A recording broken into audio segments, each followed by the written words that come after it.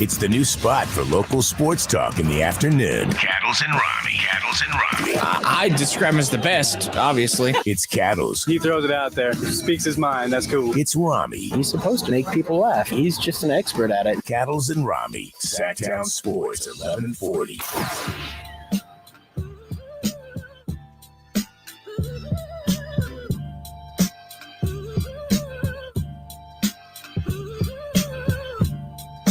What's happening?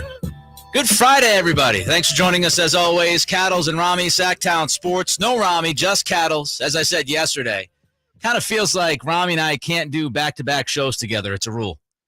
It's like I'm in, he's in, we're in for a show. I'm in, he's in, I'm out for a week and a half. He's out for a couple of days. Monday, I'll be out. He'll be here. Next Friday, I'll be out. He'll be here.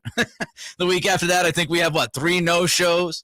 He has a day off. That's the way this is all working up to this point. But here I am, glad to be here with all of you on this Friday. Lead you right into the A's pregame in about 2.5 hours or so. And I want to start off with some football. I want to start off with the 49ers because August, we know, August is the home of projections in the NFL. You get all the projections that you can handle.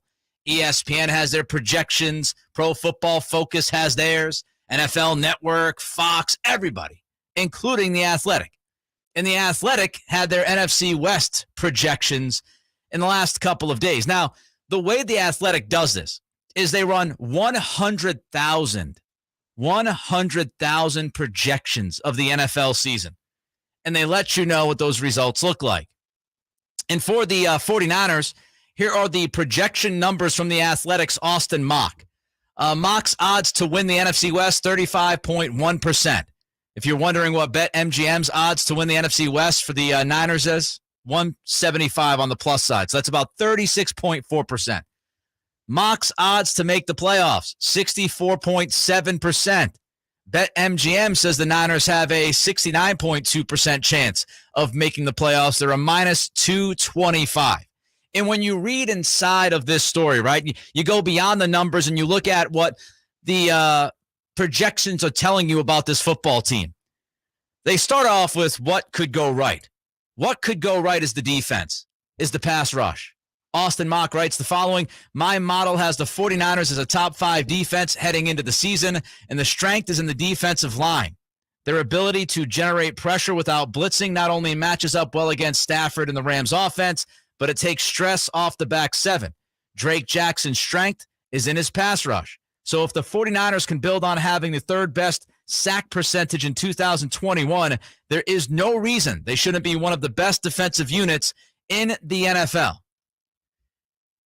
So when you look at this defensive line and you look at this pass rush, I think a lot of people believe that this defense, a fait accompli, is going to be top 5. Austin Mock wrote that in The Athletic, saying he believes this is a top 5 defense led by that pass rush.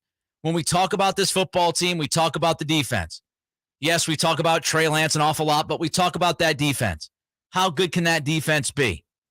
Can it be the best defense in the NFL? Well, talking about the D-line, here is defensive coordinator DeMeco Ryans. Our guys up front have been doing an outstanding job.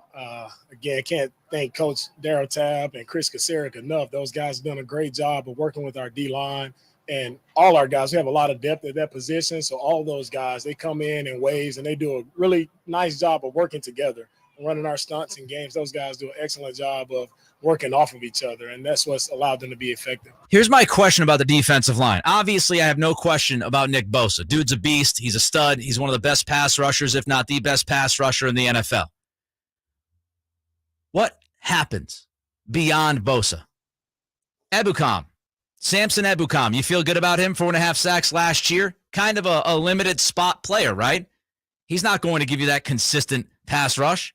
Javon Kinlaw. I think Kinlaw is gigantic to this football team. When you look at if this team is going to be successful or not, you can draw a straight line to Kinlaw. If Kinlaw can get going early, often, and consistently, this pass rush and this defensive line is going to be very difficult to deal with. But if Kinlaw falls back, right, he has not shown us the consistency. He has not shown us the ability to make play after play. He has not shown us the ability to stay healthy all the time. If Kinlaw if Kinlaw plays well, I think this defensive line will play very well. But do you trust Kinlaw? JJ, let me ask you. You're a Niners fan. Do you trust Javon Kinlaw right now? Not at all. Not at all. I don't even know if he's even going to begin the season as healthy and being able to participate and being able to contribute. I'm going to go with a big no. Big no. Big no from JJ.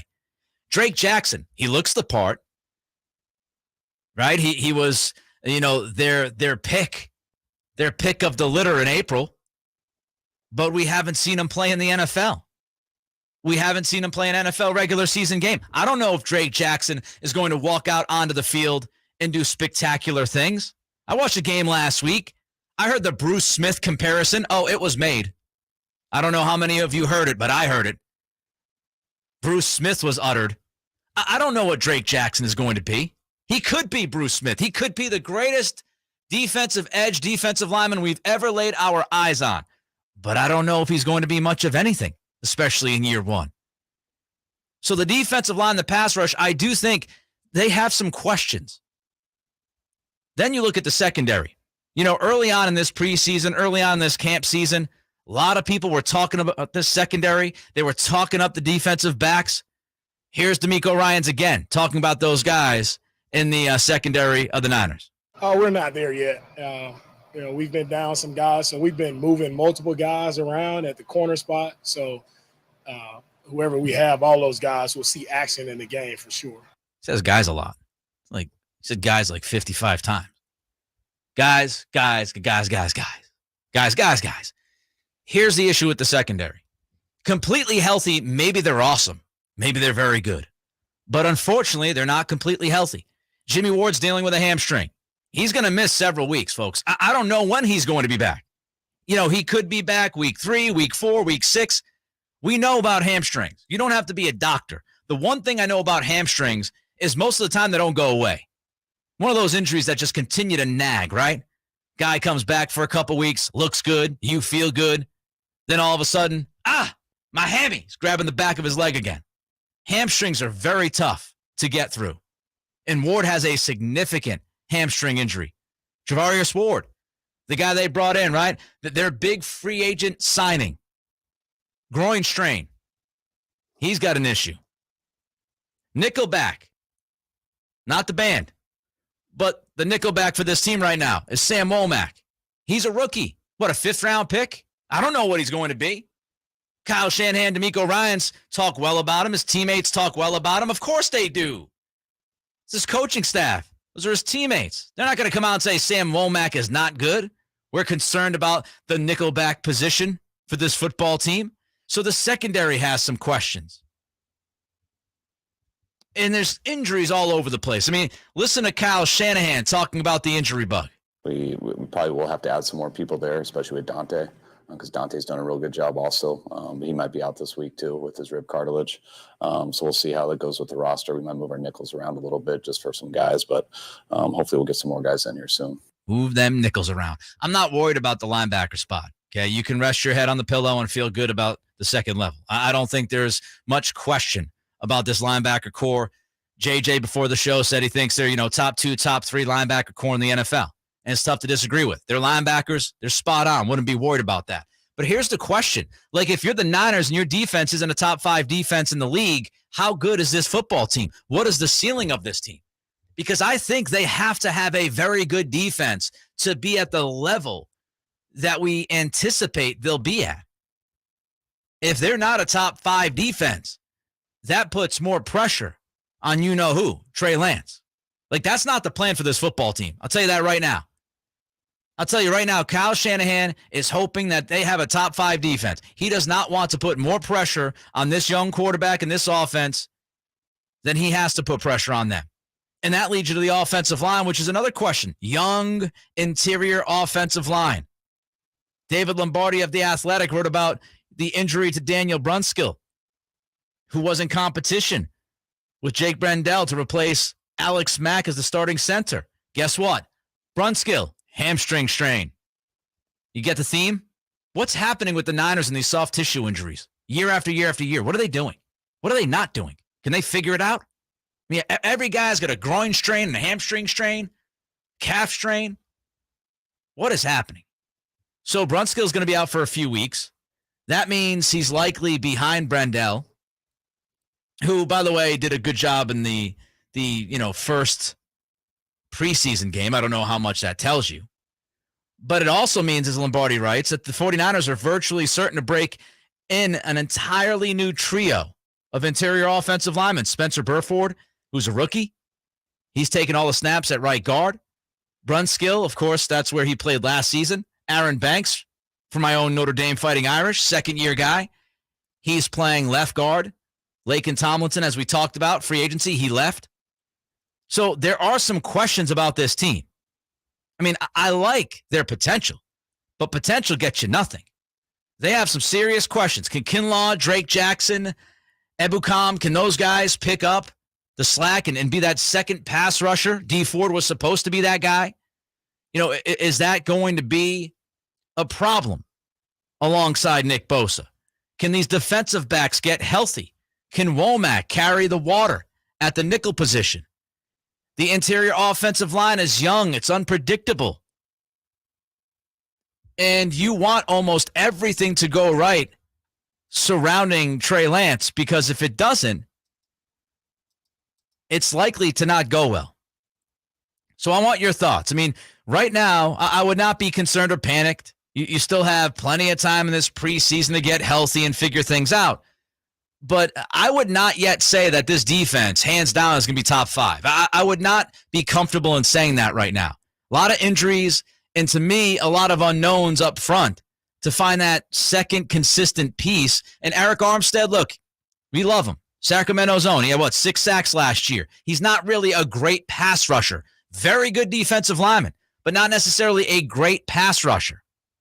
Now, can he open it up? Maybe. Maybe they can move some guys around. Did some of that last year. He picked up his production. But there's some questions.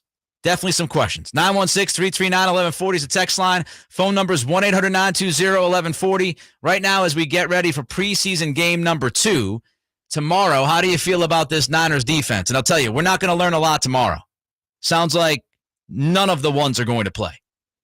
916-339-1140. Check us out on YouTube. How you doing, YouTube? YouTube.com, Sactown Sports 1140. Gets your reaction to the Niners breakdown and their projections from The Athletic. Also, what huge break did the Kings catch from the NBA? Find out in 90 seconds.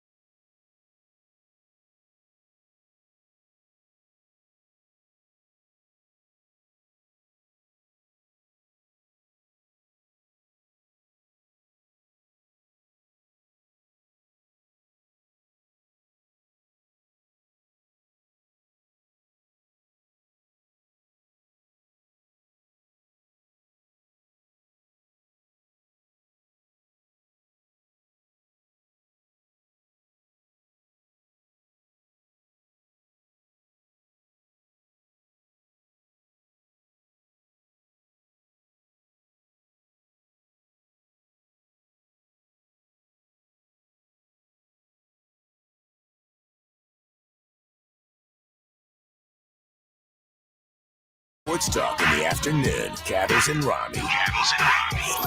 Sactown Sports 1140.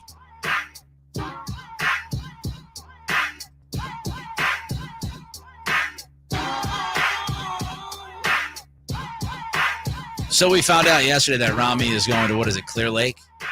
And we warned Ramie that Clear Lake apparently has toxic algae. How do you think that's going for them? Ramie and his girl right now. Well, it's quite a drive, so I think they're still driving there. How far away is it? Probably like 3 hours. What? Yeah, 2.5, 3, something like that. Wait, if you're driving like 2.5, 3 hours, why aren't you going to like Napa? Honestly, Nick, man, Clear Lake is just what it is. It's a lake and everything is surrounded. I mean, the biggest thing they have going there is Walmart. I mean, not much really there. It's for biking. It's for fishing.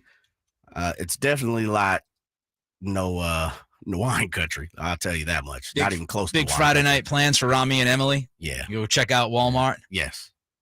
Go hit up the Walmart. Say the town is based upon fishing, cycling. You know, it's out there, man. It's out there. I'm not really the outdoorsy kind of person. If you haven't figured out yet. It's not really my kind of surprising there, Nick. It's not really it's not in my bag, as they say.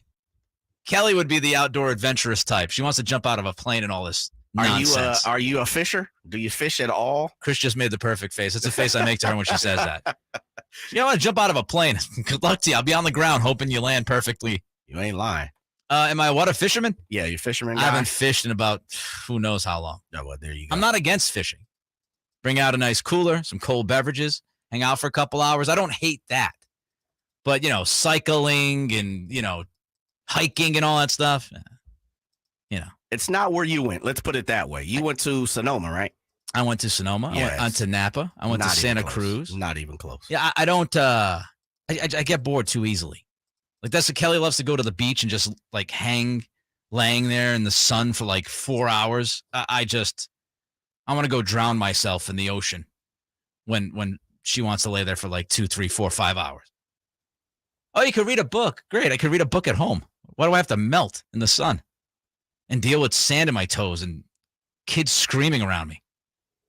Anyway, I sound like a big fat curmudgeon right now, right? Freaking bum. Hey, listen, this guy yelling at kids. Get out of my way, kids. Anyway, let's talk about the Kings' schedule. So a few things left on the docket about the Kings' schedule that I did not get to yesterday and Ramie did not get to yesterday. First, a note from Matt Moore on Twitter.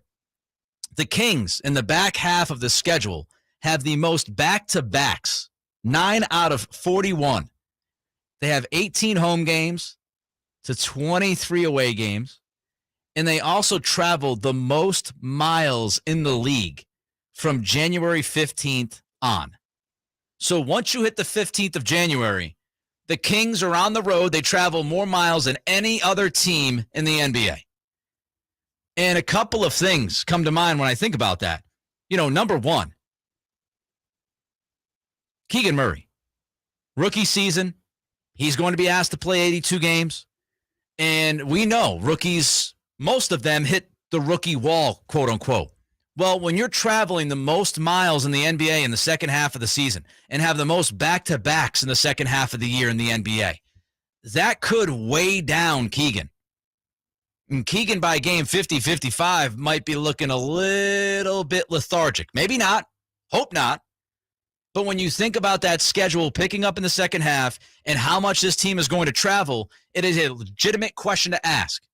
Whether or not that final month or two, you're going to get the full Keegan Murray experience. It's also going to make it tough with all these back-to-backs. This is not the most healthy team in the world. We'll talk about that a little bit later on. But it's not like De'Aaron Fox has been, captain consistency in the lineup. Sabonis has not been necessarily consistently in the lineup the last couple of years. So when you look at some of these guys, 1 and 2, Fox and Sabonis, can they get through that second half of that schedule with the back-to-backs and the travel time? Keegan, is he going to be able to get through it, battling the rookie wall and being on the road and flying around so much? Some other observations, though, that I picked up looking at this Kings schedule. First of all, in February, 9 of their 12 games in the month of February on the road. 9 out of 12. Now, of course, they got the All-Star break in the middle, which is nice. It'll give them a chance to rest. But 9 out of 12 games in the month of February on the road. And the 3 home games they have in February, all part of back-to-backs. That's not nice. So you don't have home game, day off or 2, and then home game. That's not how it works. So February is going to be interesting. The good thing, though, the NBA did do a huge favor to the Kings. They gave them a big-time break. The break is this: rest. When you look at rest through the NBA from the beginning to the end of this upcoming season, did you know that the number of matchups each team, when they're more rested than their opponents, the Kings are tied for first with the Lakers and the Cavs. So what that means is when the Kings face the opposition, they have more rest than the team they're playing, more than any other team in the NBA. So they can catch the other team a little lethargic, right? They can catch them off kilter.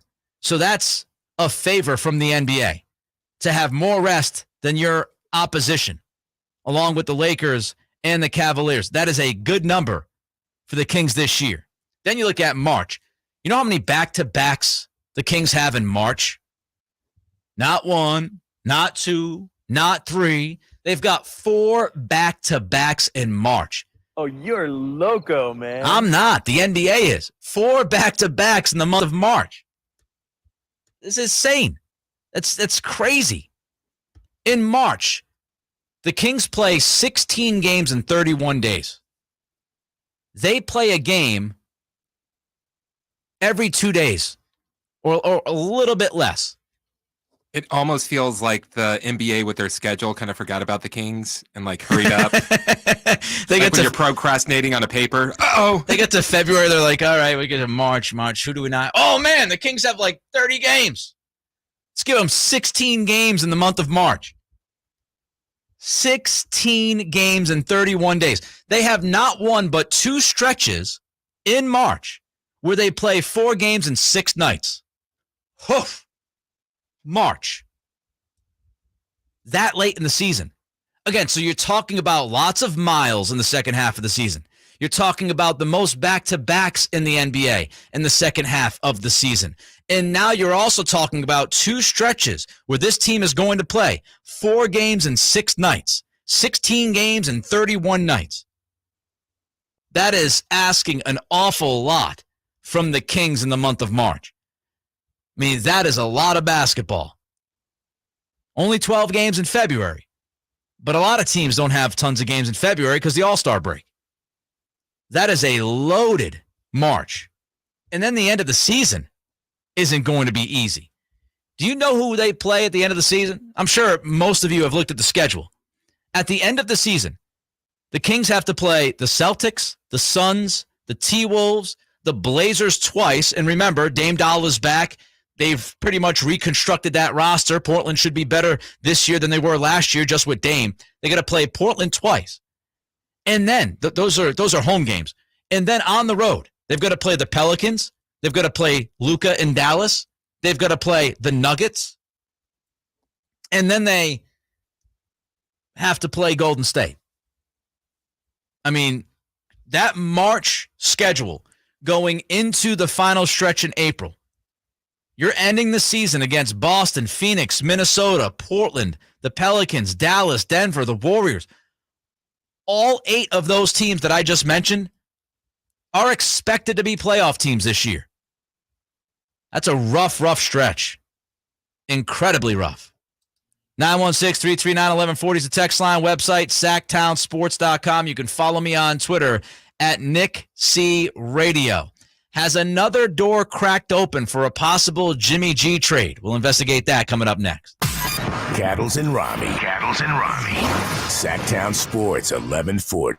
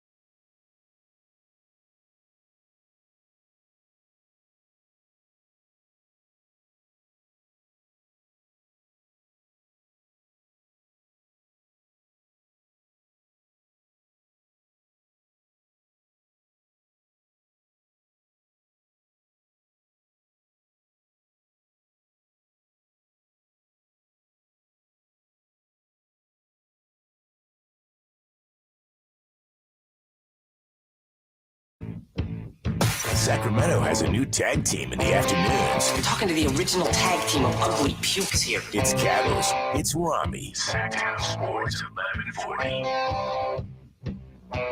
Tag team. A lot of singles matches. The first 2 months of this tag team combination. Lots of singles matches. Glad you're with me here on this Friday. Cattles, Ramie, no Ramie today. Taking a much-deserved day off with his girlfriend who was flying in today. So hopefully Ramie has a fantastic weekend and stays away from the quote-unquote horrendous smells in Clear Lake. Hoping for the best. Is there another team that the Niners could call and offer Jimmy G?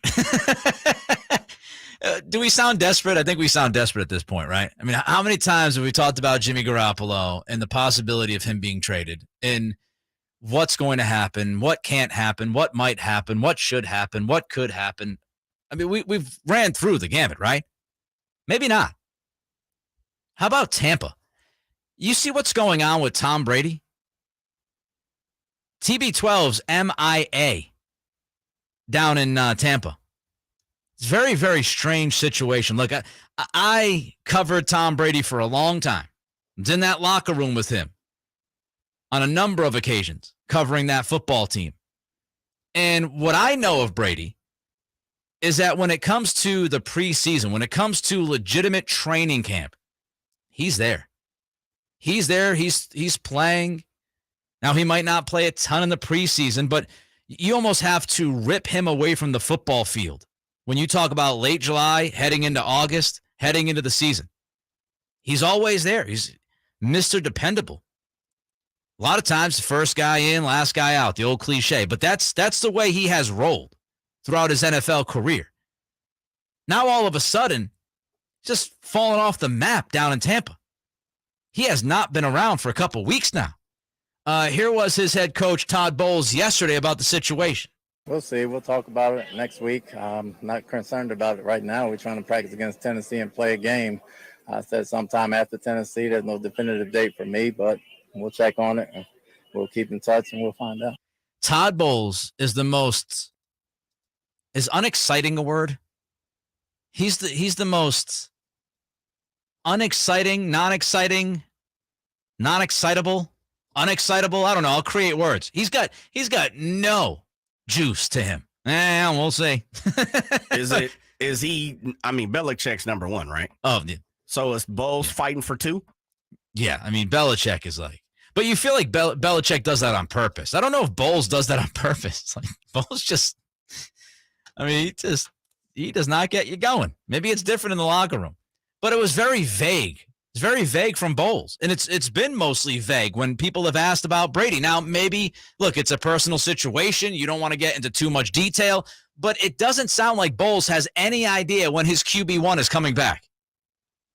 Doesn't sound like he has a clue, which begs the question, was this planned? I mean, is this a planned break for Brady? Here's the NFL Network, Ian Rappaport. Okay, so here's everything I understand about this. It was planned. No one is worried. He's fine. It's not, to my knowledge, it is not a medical emergency related to him or I believe anyone close to him. I was told everything is okay. The best description I got about this was that it is important to find a work-life balance. Kind of like we were just talking about, not saying I'm like the greatest quarterback of all time, but I'm just saying finding a work-life balance is extremely important. Brady has been doing this for 23 years. He knows the scheme as well as anyone. He wasn't going to play in those 2 games anyway. So he steps aside to, it sounds like, do some actual personal things, family things. He's in the 23rd year of his career. Look, if there's any quarterback that can parachute in after missing training camp and preseason games, it's Brady. He's done it forever. But was work-life balance not a part of his life before his 23rd season in the NFL? Is this driven by Giselle, his wife? Is it driven by the kids? Is it driven by somebody else in his family? Because Brady, look, I mean, we know who he is. He wakes up thinking football. At least that's been the case for the past 22 years. Now in year 23, In year 23, all of that is going to change. In year 23, Brady's talking work-life balance. Where was work-life balance last year, the year before, the first 22 seasons? This is not somebody who utters work-life balance. This is a guy who's like, he's a hardo. He'll work all the time. Work. Football. Film. Now work-life balance? He's like, nah, I got to go take the kids fishing.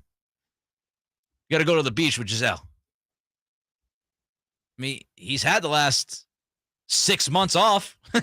Like, he couldn't squeeze in the work-life balance after his team was eliminated in January.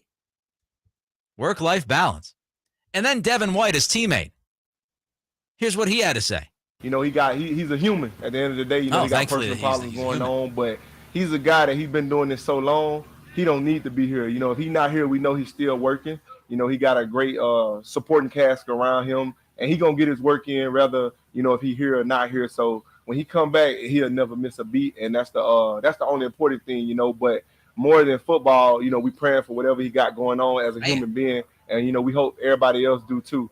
And, I mean, that's all we ask for him is for his well-being. You know, football comes second. You know, him being a human comes first. On the inside, we know what's going on. We know our quarterback good. You know, we just praying for him and, you know, letting him handle his business, and we'll continue to grow as a team. You know, and he's here with us in spirit, so we good. You know, when he come back, he can come back when he want to. You know, but we know when he'll be back, but we good. I'm glad that Tom Brady is a human. We've confirmed that. I was always wondering if he was a robot or something else. Glad he is a human being. So Devin White says that we know what's going on in this locker room with Brady, and we're praying for him, but yet it's not supposed to be a health issue. All of this is just really weird. Really, really weird. And it makes you wonder, like I don't think Brady's going to leave. I don't think he's going to retire again. I don't think he, you know, retires, unretires, then retires. That would be absurd. Maybe he will.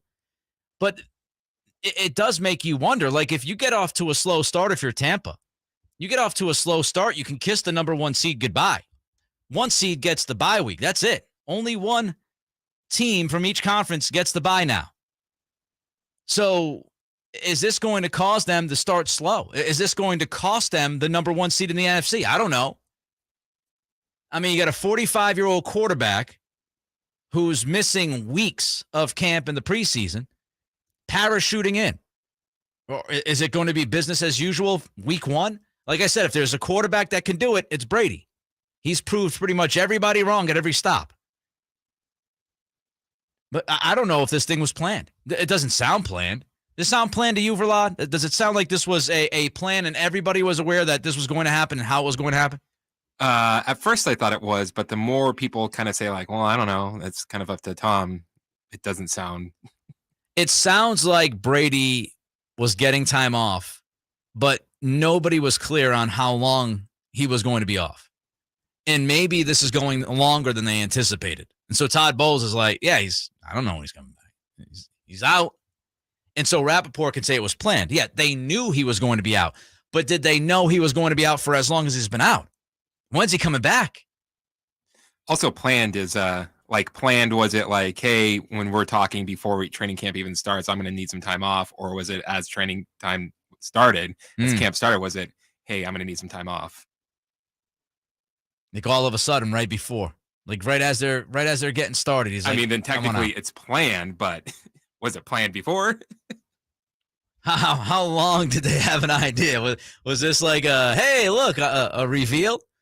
And I kid you not, there is a theory out there. I think it's on Reddit that Brady is one of the masked. Yeah, he's one of the masked singers. I'm not kidding you. Google it. Somebody has gone through this highly detailed theoretical that Tom Brady is taking time away from Buccaneers camp because he needs to be on the Masked Singer on Fox. You need 2 weeks to get ready for Masked Singer? I'm not kidding you. I mean, I don't know how great the evidence is, but somebody worked extra hard to tell us that they think Brady's going to be the next Masked Singer. What if he is?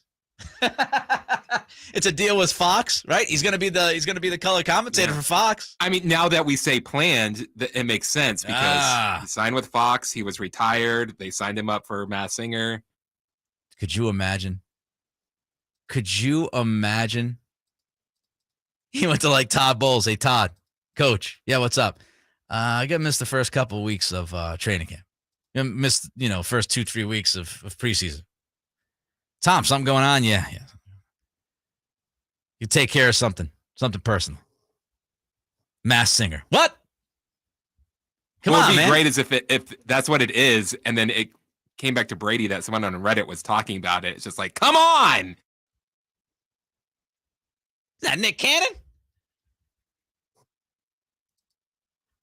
Nick Cannon. I don't think Tampa Bay makes a call to San Francisco, if you're wondering, by the way. I don't think anybody's calling San Francisco right now. Yeah, everybody's talking about the Browns. Ramie and I talked about it yesterday. Why? Why would you call? Wait a couple weeks. That much of a difference? 10 days? I so want Brady to be the Masked Singer now. I woke up today not thinking anything like that. I never thought of Tom Brady as a Masked Singer. Now it's all I think about today.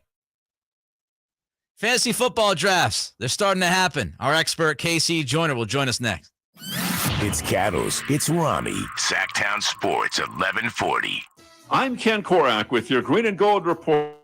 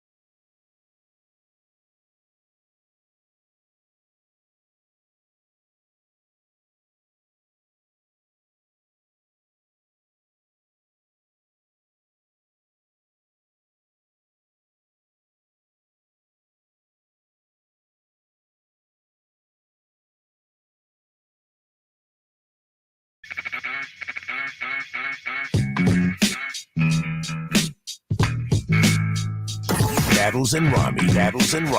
Sactown Sports 1140. You're just talking about Tom Brady maybe being the masked singer. Mr. All Red Everything, youtube.com, Sactown Sports 1140. Remember, he just signed contract with Fox. They can't say anything about it because it will ruin the show's ratings and the surprise. I love it. I'm all in on this. Tom Brady is the masked singer conspiracy theory. I'm all in. All in. Well, as you think about that, I want you to also think about fantasy football, because fantasy football drafts are happening all over the country right now as I speak. And my good friend Casey Joyner, he follows me from the East Coast to the West Coast. This guy is in incredible demand, footballscientist.com. He works for The Athletic. He works for the fantasy football diehards. He works in Philly. He's all over the place. And he's going to join us each and every Thursday during the football season at 3:45. So at this time, but on Thursdays during the football season. KC, glad that you could join us for another football season. I love having you on. I know you just updated your draft guide this morning, so you get all sorts of information for us. Let me start with Trey Lance, KC. A lot of people in this area talking about Trey Lance. Your thoughts on him as a QB1 in fantasy this year? I like the upside for Trey Lance because when you get a rushing quarterback, a really good rushing quarterback, like last year, the top rushing quarterbacks will post anywhere from 7 to 9 fantasy points per game. If you can get 7 or 8 points on the ground per game, to be a good fantasy starter, you need to put up 17 points. So, all right, you're only going to need 8 to 10 points in the passing game to be a QB1, and I think Trey Lance could even top the 9-point level. So I like him from that perspective. I am concerned about the throwing ability, and he had some issues last year in a metric average of good blocking yards per attempt. It just means how productive you are when you get good blocking. So there are some upside elements that he has there, and the quarterback position is really deep this year.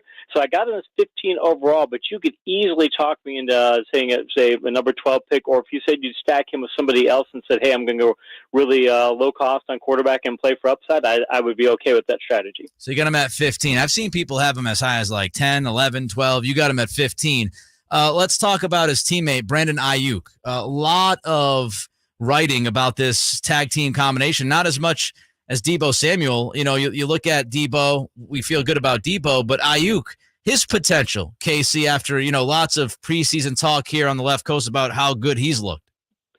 Yeah, Ayuk is it's when you're in a run-first offense, the thing is how many targets is somebody going to get in a run-first offense? And you know that Samuel's going to get a lot, and you know that Kittle's going to get a lot, and there's going to be some available. But I'm seeing Ayuk as a guy who's probably going to get 100 to 120 targets. So I do these grades in my draft guide where I do overall upside and downside grades, and I do them by color coding too. What you're looking for in this is you either want a blue-rated player, that's an elite player, or somebody with green-rated, a green rating, which is a solid starter. I've got Ayuk as a yellow rating for an overall grade, which means he's a solid, he's kind of a backup there, but he's got green rated upside grades. You can get him around 9 or 10. I like having those sorts of players where you can get somebody that late, probably as a wide receiver 4, maybe a 5 in your roster, and you've got the potential for starter caliber upside. I really like stocking those players later in drafts. KC Joyner from the footballscientist.com joining Cattles and Ramie here on Sactown Sports. Just Cattles, no Ramie on this Friday. Is there a San Francisco running back, KC, that you would trust on your team this year? It's tough. I've got Mitchell right now rated 30th on my PPR sheet, and I like him. He's got close to blue-rated upside. I like him. I like where they are. Their run blocking, actually their offensive line adjustments, you wouldn't think that they would be helpful, but actually they didn't get very good blocking out of Mac last year. I graded the 49ers run blockers, and he actually did not grade out that well despite the Pro Bowl burst. So at least in the ground game he didn't. So I think they'll be fine from a blocking perspective. But there's that thing of that Kyle Shanahan running backs, that he doesn't have back-to-back running backs on his roster. He hasn't had a leading back-to-back running back since I think it was 2016. So there's a concern about that. But what I always tell people is if you're getting a running back, you always got to have if you have a starting running back, you've got to have a backup. You're going to have backup running back center. You can't just have 2 or 3 stars and no backups. If you're going to have backups, go ahead and have backups to the guys who are already on your roster. So I don't have a problem saying I'd get Mitchell, might get Sermon, might get Wilson as a third. I mean, I might be able to stock a roster depending on how deep the roster is and say, hey, I don't mind having a couple of 3 running backs. And yeah, if Shanahan changes his mind, fine, I'll change my mind as a fantasy manager too. We talked about Trey Lance already. When you look at the second-year quarterbacks, Casey, aside from Lance, who are you most comfortable taking and why? Second-year quarterbacks. Boy, that's I'm looking at Justin Fields. The Bears' offense is better than people give it credit for. Their run blocking was very good last year. I'm a big David Montgomery fan this year. In fact, I'm getting a lot of pushback from, you're Montgomery, I can't believe you do that. Like, God, they have the most favorable schedule in the league. Come on, run defense schedule-wise. Fields will be able to run with that behind that line. He'll be able to scramble. He scrambles a ton, and I just like where they're going to be in the receiving core. Again, if you get a good amount of production in the ground game, you don't need a great amount of production in the passing game. So I'm high on him at 18 at quarterback right now. You could argue me into going a little bit higher than that, depending if things go well. When should the first quarterback come off the board, and who is that quarterback? The first quarterback coming off boards is usually Josh Allen. He's number one on my charts. He gets 100 across the board grades. The problem with Josh Allen is he's finished first in quarterback points in back-to-back seasons. First quarterback to do that since Dante Culpepper in 2003, 2004. But only 2 quarterbacks have done that 3 years in a row since the NFL merger. Brett Favre, Steve Young. Wow. I think, it just doesn't happen. Buffalo showed late last year they like to run the ball more. I don't mean a lot more, but just more than they have. They've got a lot of backs now. I think they lean a bit more on the ground game than they have because they're tired of getting into those shootouts. They're losing enough of them that we're like, look, we don't want to get into shootout games. We want to be able to slow things down. So I don't like him in the second round just because I think he's a great quarterback, but I think the price is too high, especially since he had 11 quarterbacks last year score 300 or more fantasy points. That's 2 years in a row that's happened. That's par for the course. He's going to give you more than that, but I like Herbert more as a pick in the second round. Even Murray, he's going in the 5th round in some picks, and he's 3rd on my draft board. He's a guy I'd go and say, okay, I'll take him in the 5th. Otherwise, I'm waiting on quarterback until I can get him at the lowest price possible. Casey Joyner, footballscientist.com, athletic, fantasy football diehards with us, just updated his draft guide this morning. Which quarterback is not getting enough attention, Casey?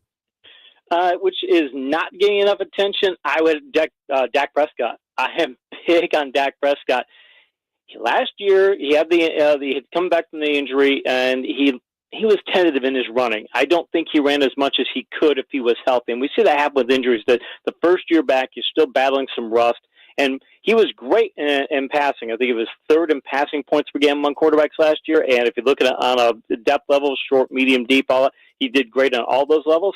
And I think he'll bring his rushing production back up. And I don't think that's being baked into his fantasy value, because you can get him sometimes as late as the 7th round. I think he'll be a number 5 quarterback overall. Jalen Hurts is a similar boat where he's going to give you a ton of rushing production, and I think he's going later than he should be. He's usually only lasting to about 6th round. Let's do some rapid fire. Top 5 running backs. Top 5 running backs. That's going to be Jonathan Taylor, Derrick Henry, Christian McCaffrey, Joe Mixon. Just lowered Najee Harris a bit because he's probably going to get a little bit fewer carries, but I still like him as the 5th back. Wow. Christian McCaffrey, still love him, huh? Top 5 wide receivers, Casey. Top 5 wide receivers. This time, let's go PPR on this one.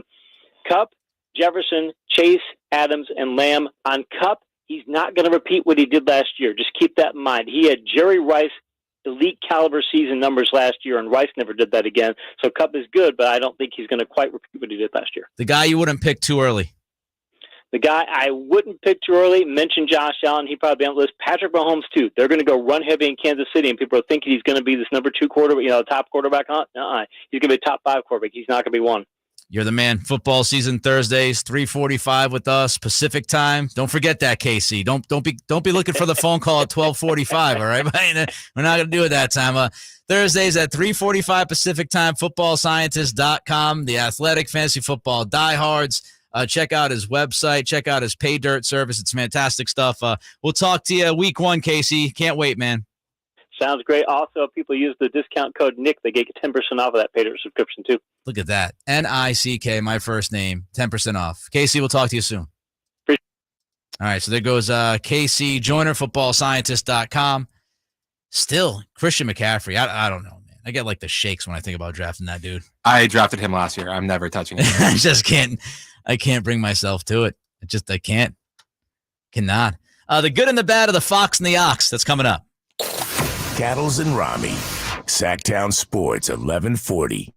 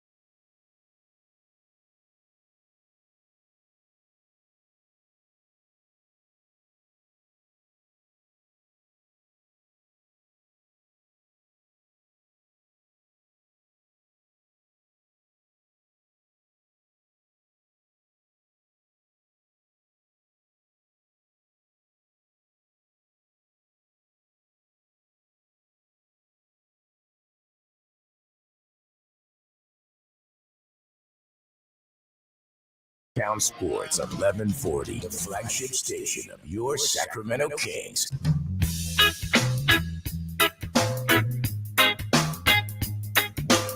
Just two guys rubbing elbows, talking sports, and lots of other stuff. They always keep you on edge. That's really crazy interesting. It's Cattles and Ramie, Sactown Sports 1140. No Ramie on this Friday. Cattle's with you. CV, JJ behind the glass. 916-339-1140 is the text line. Going to get into the Kings, the Fox and the Ox in a minute. Got a text about the Kings. Last hour, how did the Kings have the most rest when they have, like, the worst schedule? Well, it all kind of evens out in the end, or in the case of the Kings, they got a little bit of a favor early on in the season. Their February is light. Their October is light. And what the texter is referencing is when you look across the NBA, the Kings, they have more rest than their opponents do. And when you look at the days and all of that stuff of rest, the Kings have the most rest beyond their opponents, which is a great thing. They're tied with the Lakers and the Cavaliers, but it goes back and forth, right? I mean, that's overall numbers. When you get into March and you're playing 16 games in 31 days with 2 stretches of 4 games and 6 nights, that doesn't mean much to you. I can guarantee you the guys in March are going to be like, yeah, but we had more rest than our opponents the first few months of the season. March is going to feel rough. It's going to feel extra. And there's excitement for this team. I mean, there's legitimate excitement for the Kings. I was just watching something on Twitter, Mark Spears on ESPN yesterday, saying that, he thinks the curse is going to be broken this year. The Kings are going to make the playoffs. That's Mark Spears. I know he's Bay Area guy. He's been around here, but still, national. Talking Kings. I mean, there is some national publicity about this team. I told you about Chris Mannix going back a few weeks ago of SI. He wrote, he thinks this team is a play-in team right now. I agree. I think all of us agree on this show. Ramie at first said playoff team. Then looking at some of the teams, he said, maybe that's a little bit too much. But right now, you look at this roster, they're a play-in team. And I saw on YouTube earlier today saying, hey, look, thankfully we're deep when you look at that month of March. And you're absolutely right. Thankfully, the Kings are deep with legitimate NBA talent this year. Like I said, you look at the top 8 or 9 guys, these 8 or 9 guys on this roster here in Sacramento could be top 8 or 9 guys anywhere else in the league. De'Aaron Fox is starting legitimate point guard. Domantas Sabonis is a 2-time All-Star. Harrison Barnes has been a starter in this league, would be a starter for many teams in this league. Keegan Murray, 4th pick overall. He's legit. Kevin Huerter, absolutely a legitimate starter in the league at the 2 or the 3, dependent on what the rest of the roster looks like. Davion Mitchell is an NBA point guard. I think he'd start for a few teams right now. Malik Monk, legitimate bench offensive stud. So, when you look at this team, with all due respect to Chimezie Metu, who was starting last year, Metu is going to go from being a spot starter last year. Didn't start every game, obviously, but he's going to go from a guy that was starting games for this team to maybe not playing for like a month. He could be the 9th, 10th, 11th guy. So some legitimate NBA depth for the Kings. But it all starts with Fox and Sabonis. And I was reading this story from Up Rocks. Jackson Frank wrote about the Fox and the Ox. This is what Frank wrote. The Lithuanian lefty averaged 19, 12, 6, and 1 on 60% true shooting. And the Southwestern speedster. What? I mean, he's like coming up with, is this like UFC names? The Lithuanian lefty and the Southwestern speedster. The Southwestern speedster slapped down a nightly 29, 7, 4, and 1 on 58% true shooting. The grandest hallmark of the Sabonis Fox Kings was how outrageously fast they operated offensively. Prior to acquiring Domas, they ranked 5th in time of possession and 2nd in time of possession following a made shot. In the 16 games between February 9th and March 16th, the stretch post-trade and before Fox was sidelined the rest of the year, they ranked 3rd in general time of possession instead of 5th.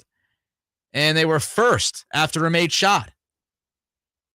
The problem was playing fast did not necessarily correlate with efficient offense. During this span, they ranked 20th in points per possession, following a make, and 21st in offensive rating. So when they traded for Sabonis, the pace of play ramped up big time. Unfortunately, it did not mean their offense got better. Their offense was run faster, but not better. And this really does bring up a key question I have for this season. Pace of play. What's going to happen? When you look at Mike Brown's history, I mentioned this a little bit when he was hired. His history tells you when he's the head coach of teams, his pace of play is, let's say, methodical, to be nice. It is a methodical style of play. When he was the head coach of the Lakers, they were 20th in the league in pace of play. When he was in Cleveland, he had 1 year they were ranked 19th in pace of play offensively. He had 2 seasons in Cleveland when they were ranked 18th in pace of play. Mike Brown is not known as a head coach who tells his guys, get it going up the floor. At least that's been his history. Now, how much has that changed since his time with the Warriors? Because we know the Warriors will run and gun. Will Mike Brown take that from Steve Kerr? That's a fascinating, compelling, maybe a little bit nerdish basketball thing that I'm looking forward to this year. How much did Steve Kerr change Mike Brown? Is Mike Brown now going to push? Is his offense going to play with much more pace than we ever saw them play with when he was with LA and Cleveland? How much did Steve Kerr rub off on Brown? We'll see. Let's go back to the Uprock story. Jackson Frank. Sabonis' offensive arsenal helped unlock space for Fox's driving nature. He chiseled open lanes to the rim, lured defensive anchors away from the hoop as a playmaking hub, and found him on dimes inside. According to Cleaning the Glass, Fox shot 64% at the rim before the trade, and 24% of those makes came from assists. When they added Sabonis, instead of shooting 64% at the rim, Fox shot 69% at the rim, which tells you he was getting better looks. And why? Because Sabonis and the back cutting. Sabonis' ability to find his teammate on them backdoor cuts, on those baseline cuts. And when you look at the assist numbers, that tells you, 24% of the buckets at the rim that Fox made before the trade were assisted. After the trade, 33%. That is a direct correlation to Sabonis being his teammate. Frank writes, his passing, screening, and advantage creation simplifies Fox's responsibilities. So, when you look at this team and what Fox and Domas did when they were together last year, and it wasn't for a long time because of injuries, but when you look at what they did offensively, they were a fit. We had questions at first, clunkiness. They're both left-handed, right? How much would the usage of Fox get in the way of Sabonis? Because Sabonis needs the basketball in his hands to be the most effective offensively. I think he's the second best passing big man in the NBA. I'd put him right behind Jokic. And so when you have his ability to pass the basketball and you run Fox off of these, screens, and you run him back cuts, baseline cuts, you could get, if you're Fox, like if you're De'Aaron Fox, you can get 6 easy points every night playing with Sabonis. Just cut. Just cut, baby. When you don't have the basketball, cut. You wake up in the morning and think cut. You show up to the court, you think cut. Just cut. That's all fun. He will go from, he could go from a 21, 22 point guy to a 25, 26 point guy just by doing the basics because of Sabonis. And we talked about this. And if you missed it, I'll fill you in now. That's why you want to listen to this show. We talked about the offense and what Brown did with the Warriors. We talked about what Jordi Fernandez did with the Nuggets, with Jokic. And we talked about the Warriors with Draymond Green, using those guys at the elbows, using the splits offensively. That's what I expect this offense to look like. I expect Sabonis to have the basketball a ton at the elbow, a ton at the free throw line extended. That's what I would expect. And Monty, we all know what the focus was.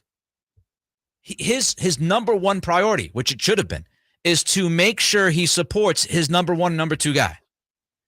What can he do with the roster composition that will make this team better offensively this year? We talked about it at the end of the year. It's not rocket science. Shooters, guys that can shoot, guys that can catch and shoot.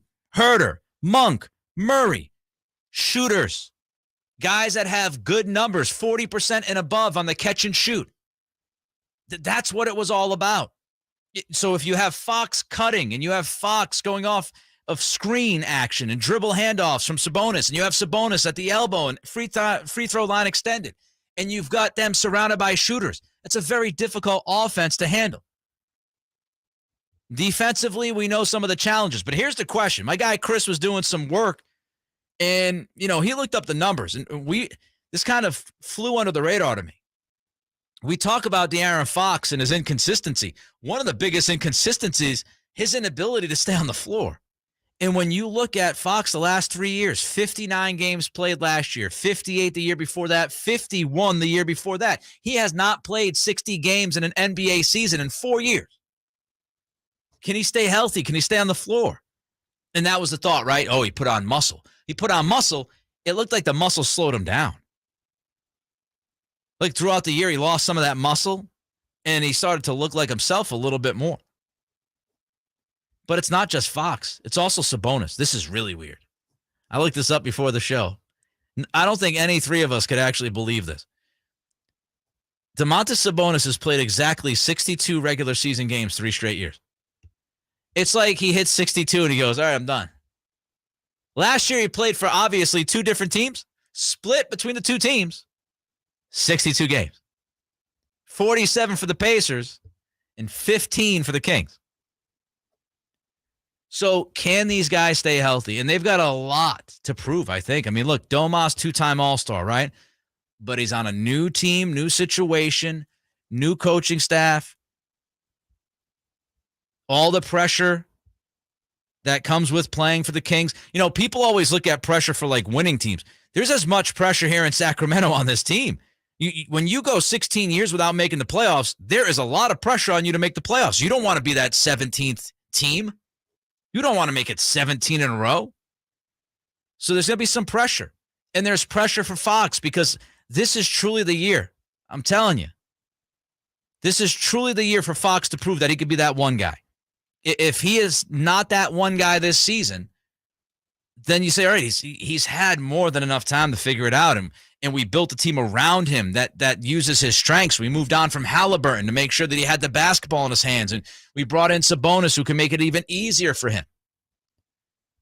But it's going to be interesting. Like the Western Conference, the depth of this conference, this is why. Like, I've got them in the play-in right now, not because I don't believe that they're a good competitive team. It's because the West is loaded. And so when you're in a loaded conference, like, they need the Fox and the Ox to play 70-plus games. If Fox plays 58, 59, 60 games, and Domas plays 60, 62 games, 64, 65, it's not enough. This is a play-in team if they're healthy. So Fox and Domas, aside from the stuff we talk about on the floor, they've got to prove to us, they got to prove to the basketball world that they can play 70-plus games. Because if they don't, this team is steak dinner. It's done. So we'll see what happens. Your thoughts, 916-339-1140. I feel optimistic. 916-339-1140. The phone number, 1-800-920-1140. Sactownsports.com is the website. Continue with your reaction on the Kings. Also, should the 49ers fans out there, including my guy JJ, should they be concerned about their running back room? Give you my answer in about 90 seconds. Live and past broadcasts of the Carmichael Dave Show with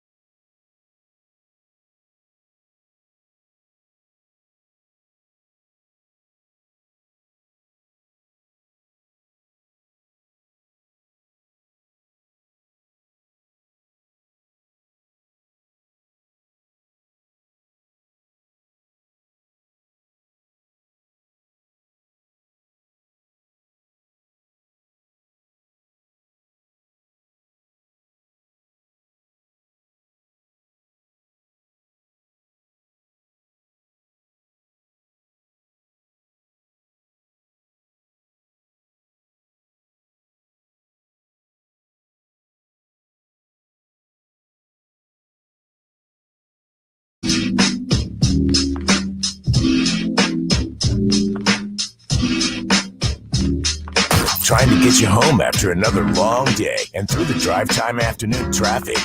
Cattles and Ramie, Sactown Sports 1140. Long day, long week. Long couple weeks. Long couple weeks with this guy. I'd be lying if I didn't say I was really looking forward to this 3-day weekend I got coming up. So the Kings, I'll get to the Niners in their running back room in a minute, but again, to me, one of the major questions for them is this durability factor of Fox and Sabonis. And, I just put this in the chat, the YouTube channel, youtube.com, Sactown Sports 1140. If the Fox and the Ox have durability issues this year, like they have the last 3 seasons, and then you've got Keegan hitting the rookie wall, maybe, no bueno at all. So Fox and the Ox have to stay healthy. Have to.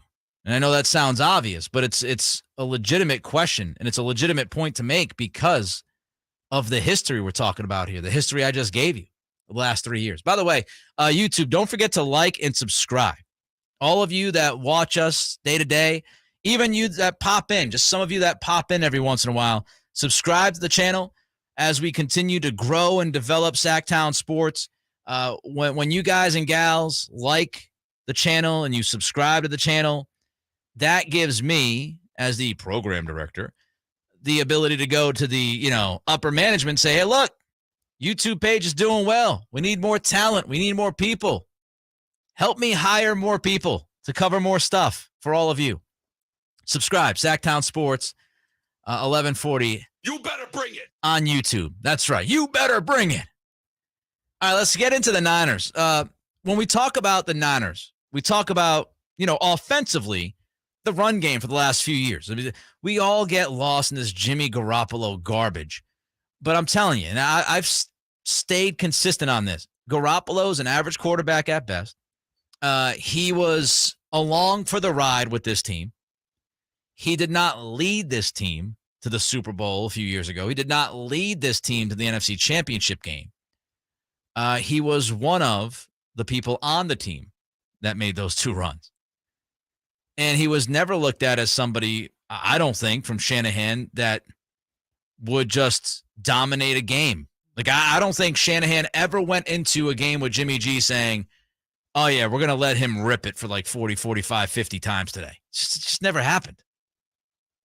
And I don't think they ever said, let's let him rip it beyond 20 yards for the most part. Not even talking about attempts, just yardage. So we talk about offensively for the Niners. Usually, it's the run game. It's the Shanahan scheme, running the football, downhill, blah, blah, blah. And, is the backfield in better shape this season than it was last season? I don't know. I mean, of course, we have plenty of time before we get to the regular season here. Got a couple of weeks at least. But when you look around this running back room, there are already questions. This room was decimated last year by injury. In the beginning of this camp, in the beginning of this preseason, I don't think you feel much better about the ability for these guys to stay on the field. I mean, you look across the board, right? Elijah Mitchell, he's going to miss the entire camp and preseason.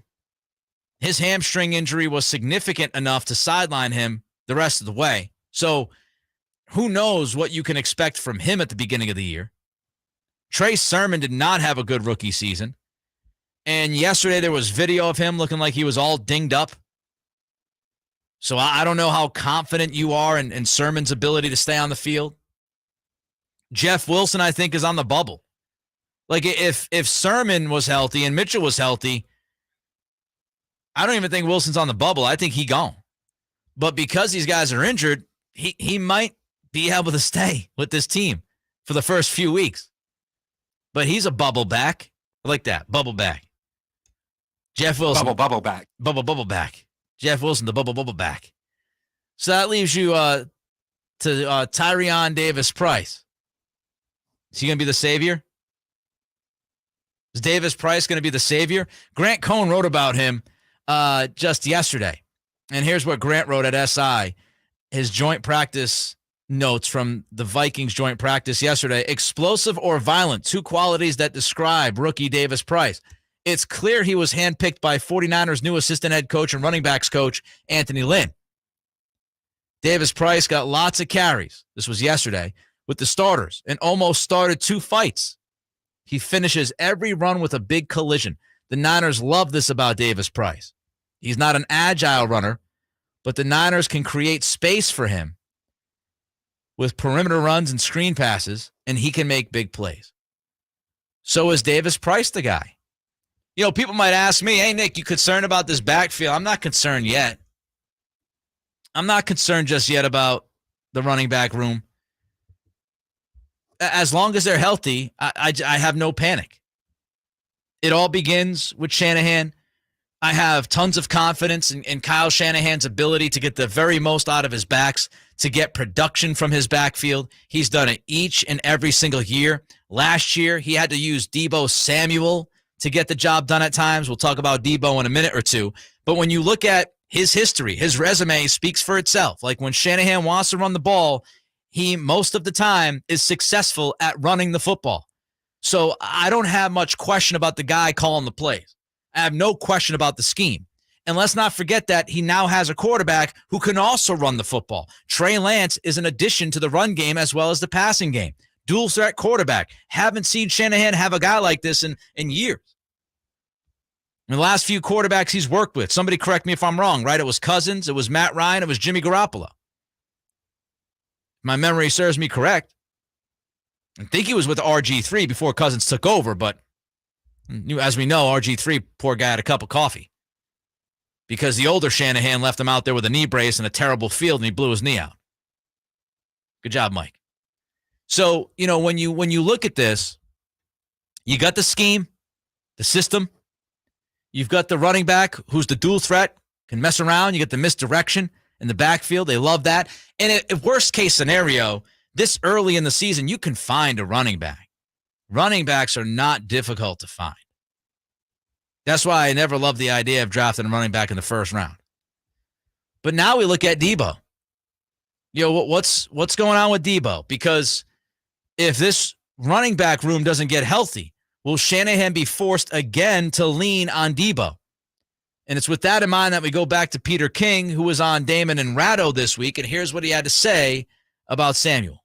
He looked like Deebo Samuel looked last year, but I think from talking to Shanahan and from talking to people there, I don't think they fully intend to use him the way they used him last year in that spot.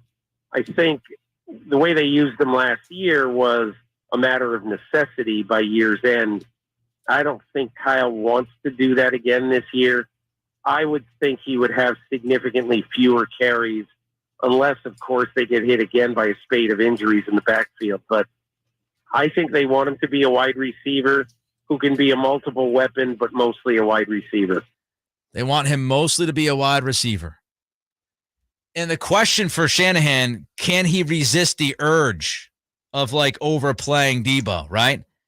Because it's great to have Deebo in the back pocket, but when you're sitting there saying to yourself, all right, we're not running the ball effectively. What if we put Deebo in for this series? Like I would much rather have Deebo as that spot guy, every once in a while, element of surprise, do some jet sweep, some funky stuff with him.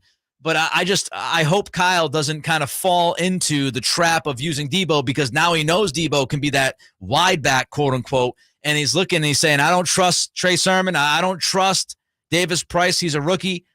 Elijah Mitchell can't stay healthy. Jeff Wilson is a bubble back. Like I don't know if I could trust these guys, so I'm gonna go back to Deebo.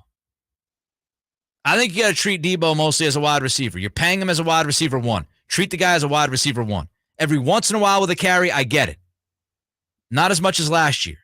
I don't think they gave him a ton of carries last year, by the way. I think some of that's overstated. But I still would not give him as many carries this year as he had last year. Go out and find another running back. I don't need, you don't need to go crazy here. We'll stick with the 49ers. The latest on Trey Lance's camp so far and a whole lot more with Eric Crocker coming up next. Cattles and Ramie. Sactown Sports 1140. Sacramento Weather is brought to you by the San Diego Tourism Authority. I'm Mark Finan in the KCRA3 Weather Center. Skies will stay clear through the night tonight. Our overnight lows will drop down into the mid-60s with the help of a delta breeze, but it's going to get hot again tomorrow with a high of about 103. Get the latest forecast on the KCRA3 News and the KCRA3 app. When you're happy and you know it in San Diego, there's no limit to how you can show it. Endless sunshine.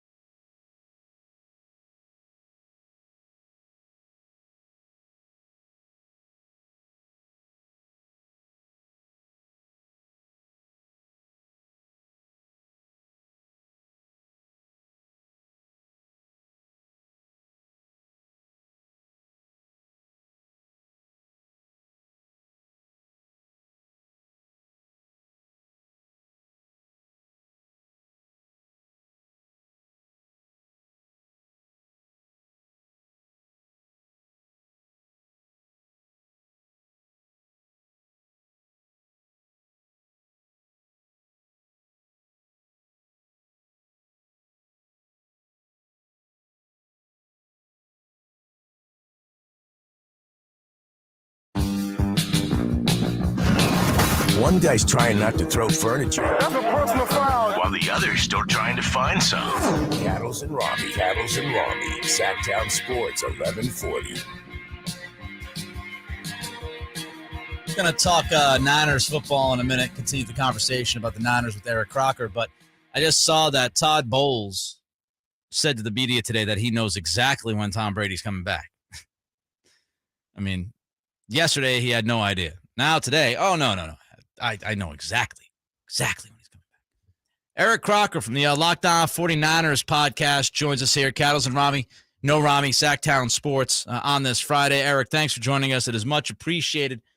How should we be feeling about Trey Lance's camp up to this point? I think you should be feeling that I would assume things are going according to plan. Not better, but not worse. So probably where Kyle Shanahan thought he would be at this point in training camp and obviously like through preseason as well. I think Trey Lance has met those expectations. But again, maybe not exceeded them, but has met those expectations. You know, I was reading today, it's kind of interesting. Jed York came out and said they're happy to keep Jimmy Garoppolo. Eric, what is your I know everybody has one of these, and they've had one for a long time. What is your Jimmy G prediction before we get to week 1? I think they release him.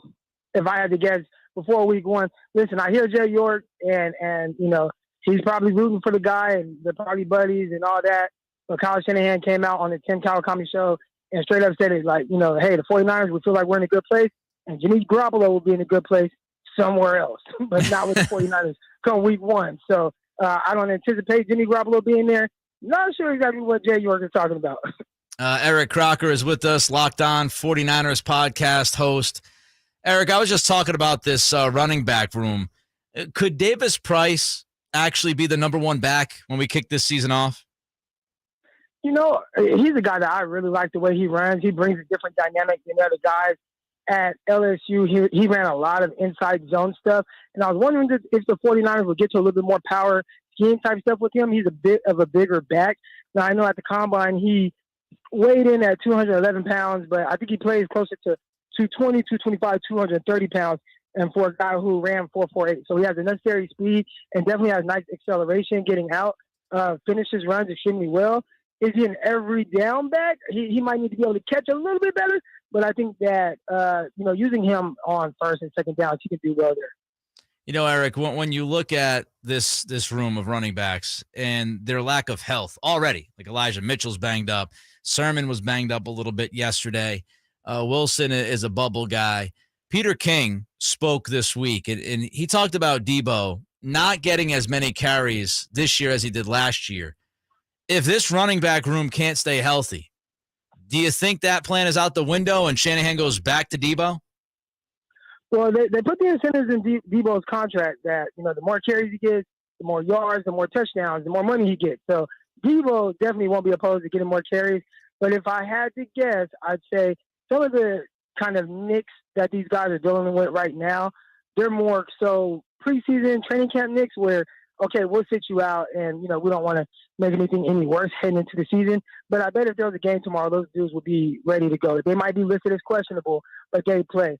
I mean, they had to pretty much bandage up Elijah Mitchell for a bunch of games last season with his knee injury, didn't practice a whole lot, had the rib issue, and even then Kyle Shanahan turned around and gave him 27 carries. So Kyle won't shy away from giving those guys a rock, even if they're a little banged up.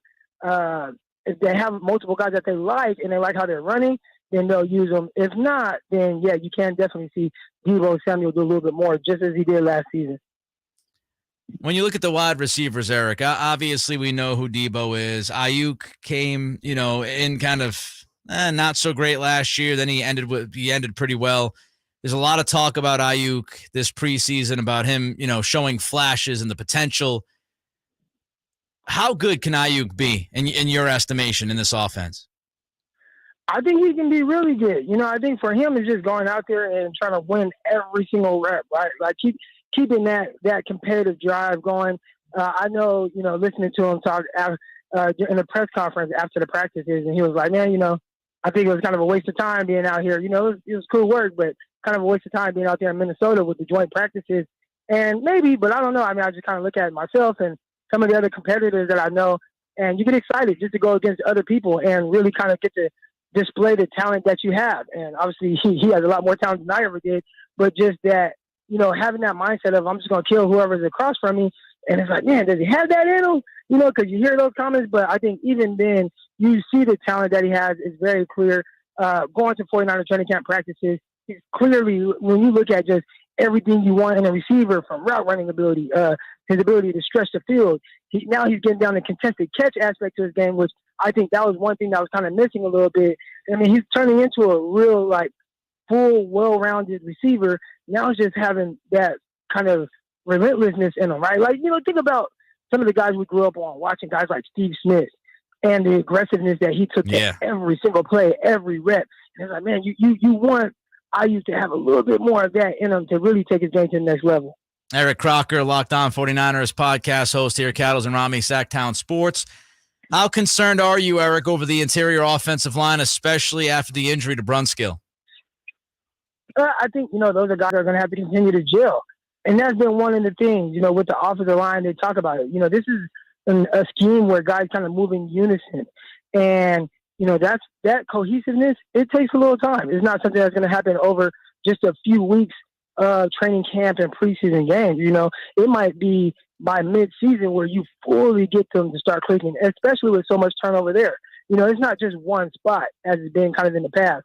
You got your right guard, your center, and your left guard who are all new, kind of playing together, including the rookie's actually playing very well. And we'll see if that can continue against Minnesota.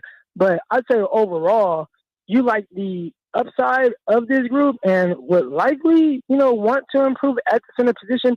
But I think right now at the guard position, they got the guys. Now it's just, really kind of growing and understanding, the development aspect of it. And I think they got the right guys around those dudes. Trent Williams, he took some of those guys in, had them kind of working out with him during the offseason. I think all that helps, but you just need the reps. And right now, Kyle Shanahan's definitely leaving those guys in for an extended period of time. Not like some of the other starters where, you play a series or two and then you come out. Those guys are in for an entire half, getting all the necessary reps that they need.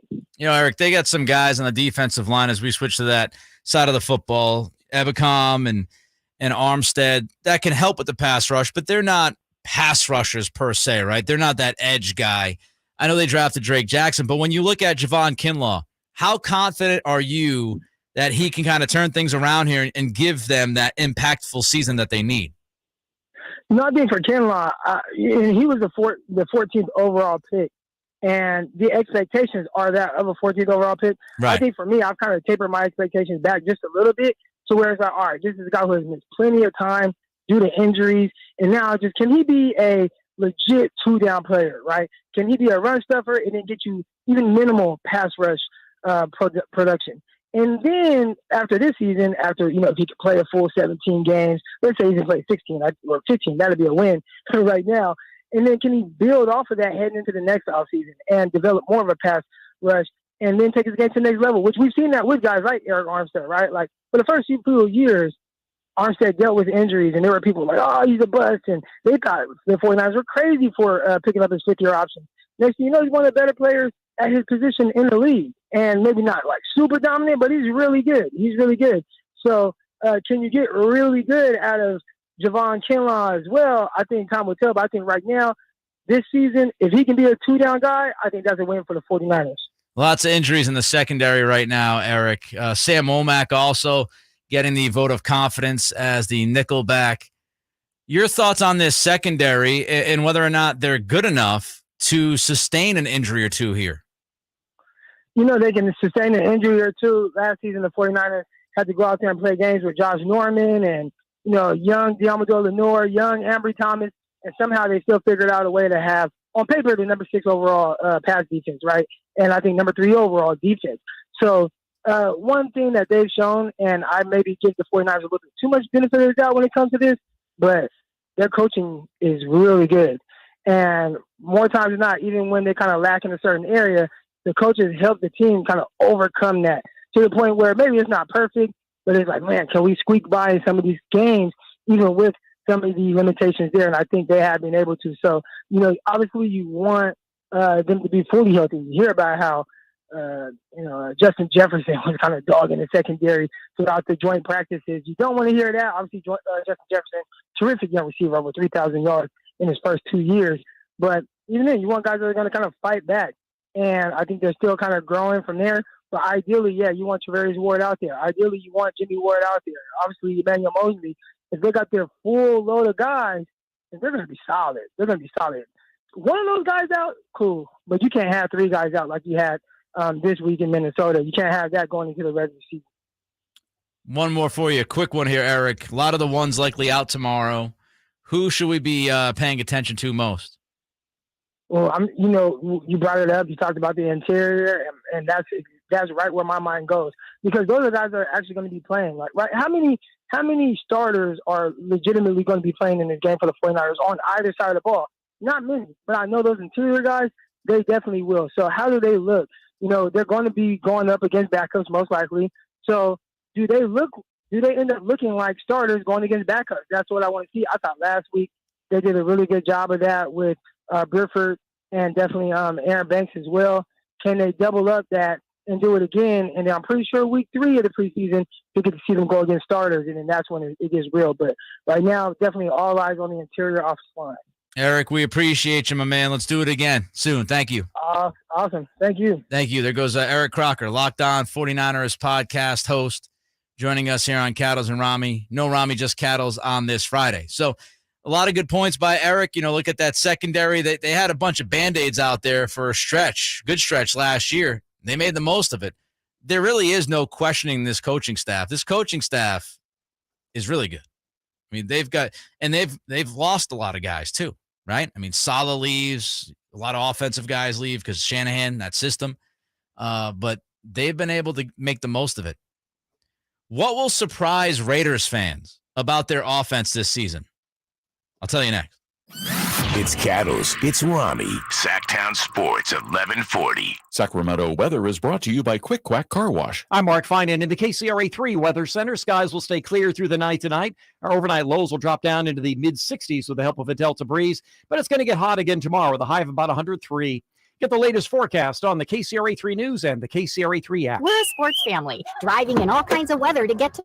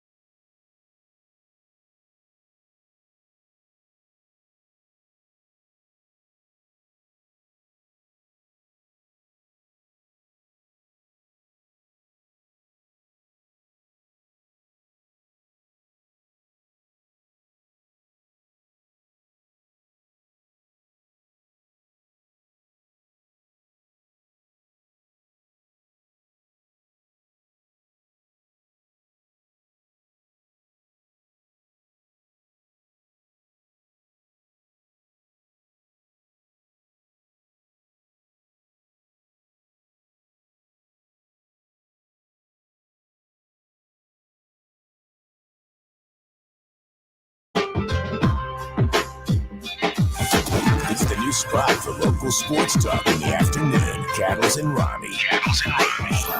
Sactown Sports 1140. So we got a problem here. I'll get to the Raiders in a minute. We were supposed to have Brendan Nunez on the show today, and he bailed. What was his deal? He bailed on us. He ran out the back door. And we said, all right, let's line up Frankie Carter. Frankie's been a little banged up. He's been home, right? Figured, let's give him a chance to talk Kings. He hasn't had the chance to do much, right, over the last couple of weeks. Go with an in-house. Yeah, let's give him an opportunity here. Young in-house reporter we got, the beat guy, the insider. He says he can't do it. What? Just had surgery. What busy life is he leading? What's he doing, JJ? You said he's driving. Yeah, according to young Frank, he said, I'm on the road to see a little bit of the family. So, he can't put that thing on speakerphone. I'm on the road. He's a busy man. He could pull over, can he, for a 10-minute call? Hey, man. This guy. You got to, I guess here in California, man, we play it safe there, Nick. I'm not sure how you guys get down in Virginia Beach or Boston, man. But according to Frankie, man, he plays it safe.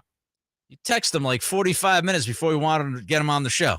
Yeah. Where's his family? Was he's driving to San Diego? He might be going to Clear Lake. He's got family up there. He go pull up beside of Ramie. We're going to find out that Ramie invited Frankie up there with them. Oh, that would be a thing, wouldn't it? I should take hey, where are you going, man? Just a quick heads up, stay safe. Where are you going? I will say the worst thing is running into someone you work with on vacation. It's the worst. I mean, unless you're like friends with the person, then it's not that bad. But if you run into somebody who's like, yeah. That happened with me and Dave. Did it? Are you serious? Yeah.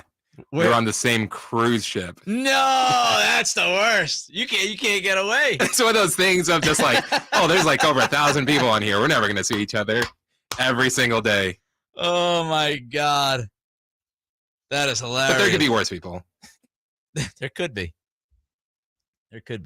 So my question is, should we excommunicate Frankie from the show now? How long does he get suspended for? Is this a month? Do we kick him off the show for a month? 2 months?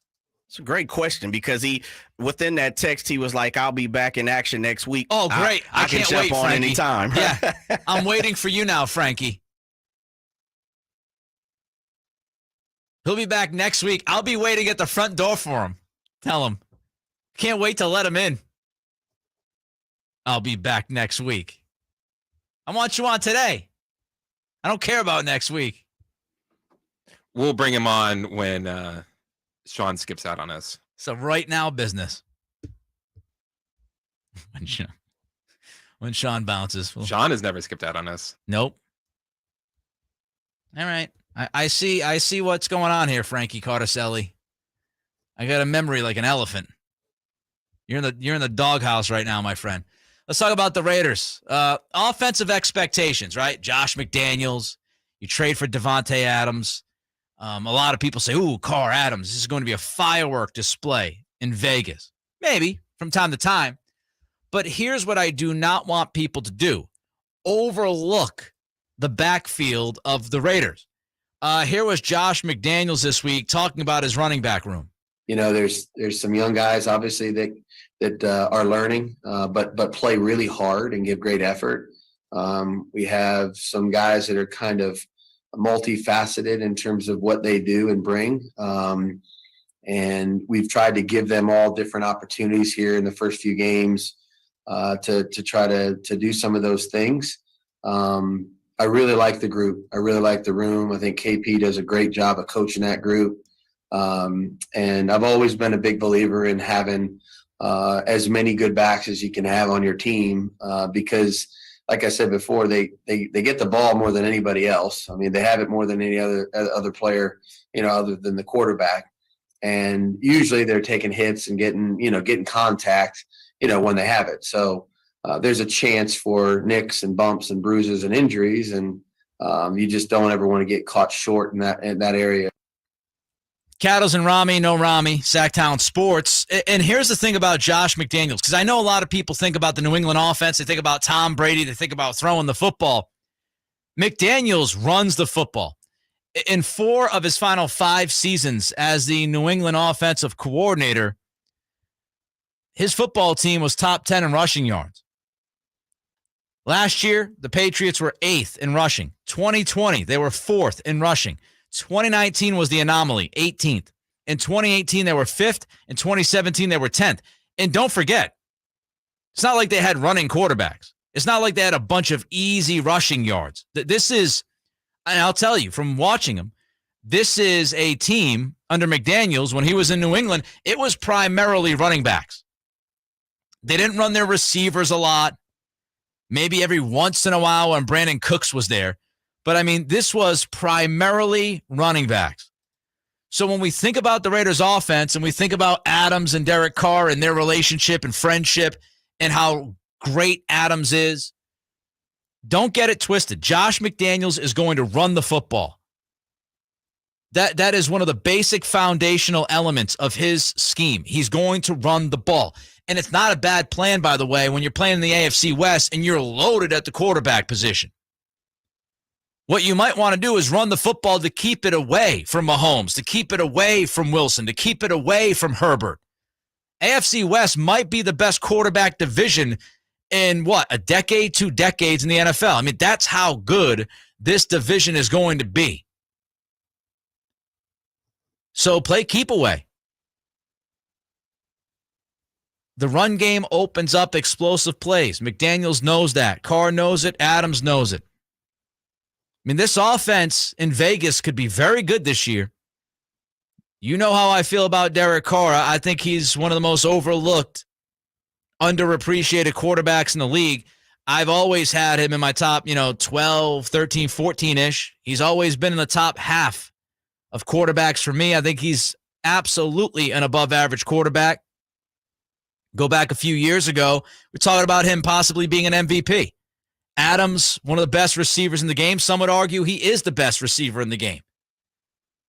Darren Waller, Hunter Renfrow. I mean, this team, skill position-wise, they got it.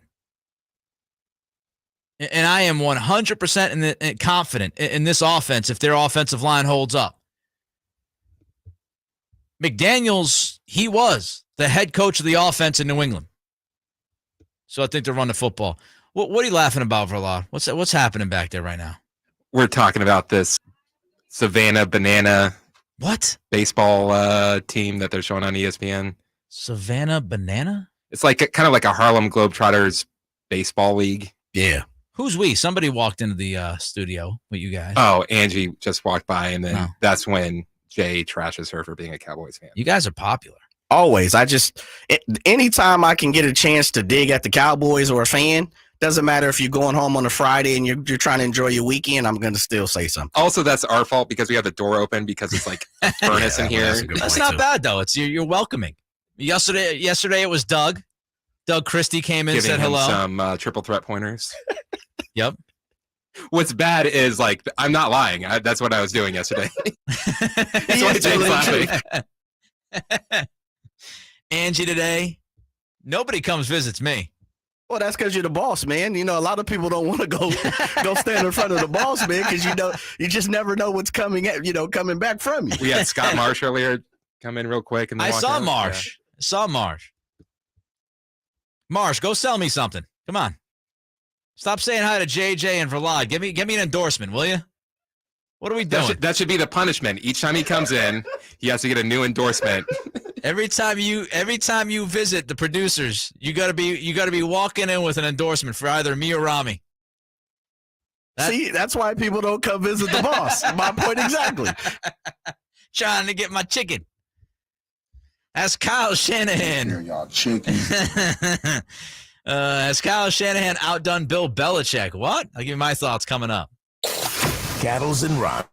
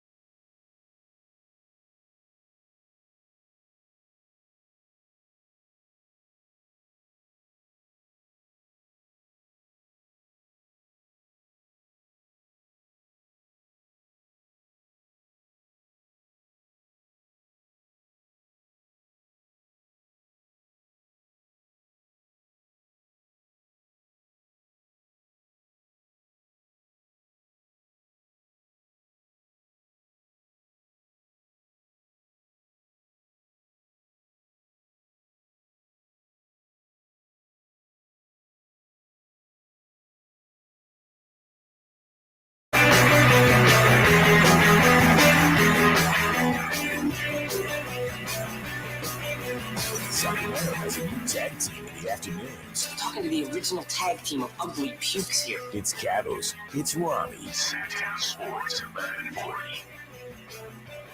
Ramie on vacation today, hanging out with the lady.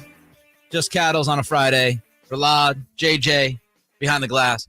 So has Kyle Shanahan outdone one of, if not the greatest coach of all time in Bill Belichick? Has he outdone Bill Belichick? Has he outdone Bill Belichick in one of the most crucial responsibilities that a head coach in the NFL has? You know, one of the most important things, I would argue the most important thing that you can do as a head coach in the NFL is develop a young quarterback in the right way. If you don't develop your young quarterback in the right way, you're done. Your career might be done. There's so much riding on it, right? If you do it right, if you draft a guy in the first round and you develop that player the right way, you feel really good about your future. Legitimate QB1, the foundation of your football team. The next 10, 15 years, you don't have to worry about the biggest question mark on the field. But if you mess that up, you will pay for that very quickly. And so when I look at the handling of the young quarterbacks in San Francisco, the West Coast, New England on the East Coast, I find it intriguing of how each of these head coaches has handled their young quarterback. You know, Shanahan, going back a week or two ago, he finally admitted what everybody knew. The Niners were deciding between Mac Jones and Trey Lance. And Shanahan said it was a tough decision. It was not one of those that came easy. We know all the rumors, right, at the time. I mean, at the very beginning when that trade was made, and even leading up to right before draft night, many, many people pontificated that Mac Jones was heading to San Francisco, that Jones was going to be the guy for Shanahan. And we know how that all ended up, right? They moved up really early. In the process, they draft Lance third. Jones falls to the Patriots at 15. And there's a lot of questions in New England right now about Mac Jones. Not necessarily about Mac Jones himself, but how he's being handled. And whether or not Bill Belichick is going to stunt Jones's growth. Here was Belichick at the beginning of camp talking about his young quarterback's progression. Mac's done a great job. He's worked extremely hard. He's got a tremendous work ethic, and in all areas, I think there's a dramatic improvement. His physical work and conditioning, working on his mechanics, working on his footwork, working on his understanding of our offense, of opponent defenses, of situations, all those things. So the progression has been fantastic, dramatic improvement according to Happy Belichick. Happy Bill. Always just overpowering humor and good times on the microphone. Get him away from the microphone. He's a different guy, by the way. But in front of the media, that's what you get. The biggest question really about how Belichick's handled this, and we'll talk about Shanahan and the clear difference between Kyle Shanahan's handling of Trey Lance and the handling of Mac Jones by Belichick, is the play caller. We know who the play caller is going to be in San Francisco. There's absolutely zero question that the Niners are going to be led by Mr. Shanahan. Zero question. In New England, we don't know who the play caller is going to be. I mean, you look out there, Joe Judge, Matt Patricia. Is Belichick going to call the plays? And Belichick was asked about the play calling this week. Here's what he had to say. We're not really big on titles and all that. So I think everybody, it's important that we all work together and create a good final product. And so that's what we're going to try to do. That's what we've always done. I mean, this is not ideal, right? But Belichick is putting Joe Judge in as the quarterback's coach. He's never coached quarterbacks before. I mean, obviously he was the head coach with the Giants, and look how well that worked out with Daniel Jones. Yikes. You got Matt Patricia, who is a complete fail in Detroit, has been a defensive guy pretty much his entire NFL coaching career. Now he's coaching the offensive line. They're splitting the play calling duties during the preseason. Who knows what's happening? Who knows? It might work out, but it does not seem like an ideal plan. Meanwhile, look at what Kyle Shanahan has done with Trey Lance. Now, look, we can get into the minutia and the day-to-day stuff and the back and forth about Garoppolo and how people are going crazy and waxing poetic about Lance, saying he could win the MVP, that he could lead this team to the Super Bowl this year. Let's just get rid of all the noise, okay? Let's take all the noise and just throw it in the bucket right now. Just get rid of it. And think about how Shanahan has handled Trey Lance from 30,000 feet. From 30,000 feet, when you get away from the noise, the Niners accomplished their goal. They have done exactly what they wanted to do with Trey Lance from the day that they drafted him. This was the plan. And as messy as it might have been along the way at times with the Jimmy G stuff, as messy as it got for a little bit there with Debo, big picture, overarching narrative here is that the Niners handled their business the right way. And they have handled Trey Lance the right way. This was the plan. So, if you're trying to get to your destination, at times it might be a little rocky. At times you might have to get off the road and then get back on the road again, right? But ultimately, if you reach your destination, that's all that matters. And so, yeah, it was a little rocky at times. Could have been a cleaner process. But from 30,000 feet, Shanahan has done precisely what he wanted to do. He took Lance. He knew that Lance played at a level in college that was not comparable to other top quarterbacks in the class like Lawrence and Fields and Jones. You got the ACC with Clemson, even though ACC is not great. You had Clemson, who was, with Dabo Swinney running roughshod over college football for a couple of years, top program. You had Justin Fields coming out of the Ohio State in the Big Ten, big, powerful conference. You had Mac Jones leading the national champion Alabama Crimson Tide out of the SEC, the best conference in all of college football for like 20 years and running, it feels like. You looked at Trey Lance coming out North Dakota State. You knew that he was not ready. Every pundit said he's a year or two away. So last year, that developmental year that they had with Trey Lance was the plan. Give him a year to develop. And then you support him with receivers. You support him with, Ayuk. You support him with Debo. Again, rocky road on the way to the Debo Samuel contract. But at the end of the day, does anybody care? It gave us great content all summer long to talk about. But at the end of the day, they got to the destination. Contract signed, sealed, delivered. Like my man Stevie Wonder sang. And so when you look at getting to Debo's contract, done, mission accomplished. Ayuk being integrated more into this offense. So far, so good. Everybody's pumping his tires. George Kittle coming back. Can he stay healthy? We'll have to wait and see. But you took that year to develop Lance. You have him surrounded by a cast that should help him, and Ayuk and Samuel and Kittle, and maybe you get something out of Gray this year, your young rookie receiver. You got the running backs, the scheme with Shanahan. You have also finally, and again, this was another example of the rocky road to the ultimate destination, but you finally have removed Garoppolo from the picture. He is fully out of the picture now, finally. He doesn't have the playbook. He's been cast aside on practice fields miles away from the team. This guy is on the island of irrelevancy. But you finally have gotten Jimmy G out of the picture. You've moved on. Now, it's not perfect. The interior offensive line has questions. We addressed that earlier in the show. You can check out the podcast, SactownSports.com. Legitimate questions about the interior of this offensive line. The interior of the offensive line is young.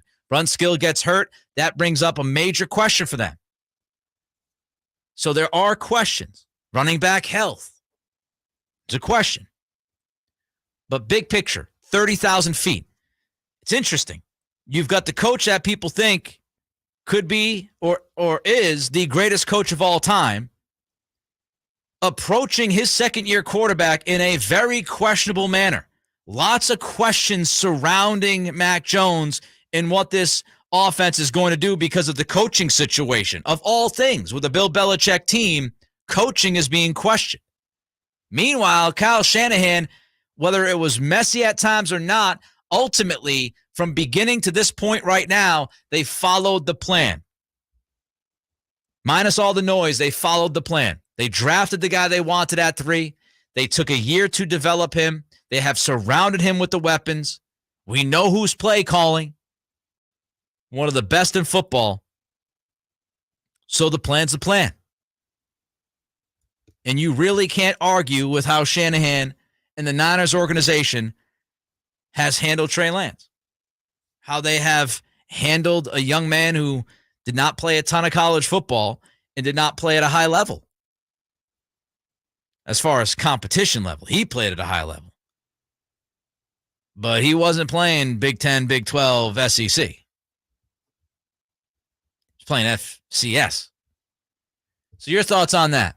Interesting. 916-339-1140. Even more interesting when you think Mac and Lance, again, they will forever be linked.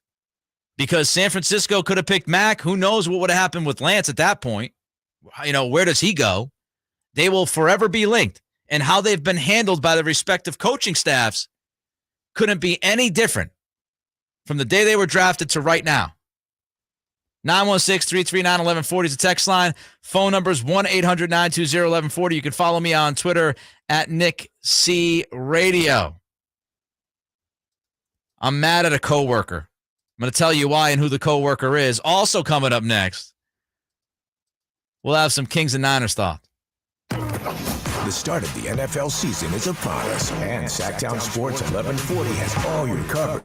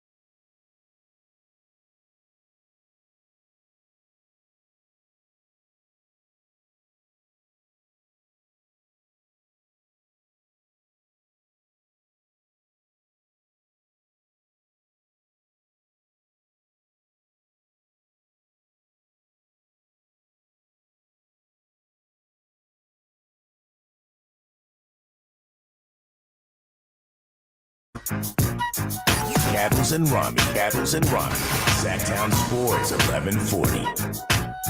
My eye is driving me crazy. It's been so itchy the last 5 minutes. Driving me nuts. Like Cyclops in here. Brutal. I'll get to the Niners and the Kings in a minute or two. But can I just say, what happened this morning was outrageous. Absolutely outrageous in this studio. I know exactly where you're going. Inexcusable. I walked into the studio and not one, but 2 laptops open, right? There is a set of headphones draped around this mic stand that I have in front of me. There's still the mic windscreen on the microphone. There's all this stuff up online. There's a gigantic coffee stain to the left of me, which I have left on purpose. Gigantic coffee stain on the floor, as Ralad and JJ as my witness. On the floor, a backpack. Look, I didn't have to be a lead investigator for 25 years to figure out what this was. Mr. Gadget? I didn't have the go-go gadget arm or the legs out. This was the work of Carmichael Dave. treating this space that we share like it's his bedroom. I'm surprised I don't see cigarette butts laying all over the place. I thought I see at least 20 Camels. What's he smoke? Camels on Marlboros? I don't know what he does. They're all terrible for you. As his former intern. Oh. It's Marlboros. Marlboro Reds? Whites. Oh, he's on the whites. I'm surprised we didn't have. I don't know. Oh, okay. The whites are better for you. I haven't smoked. Right. They're healthier for you.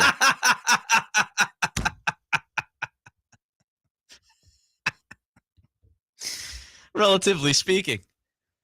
I'm surprised we didn't have 20 butts in the studio and the carton of cigarettes hanging around. What are we doing, Dave?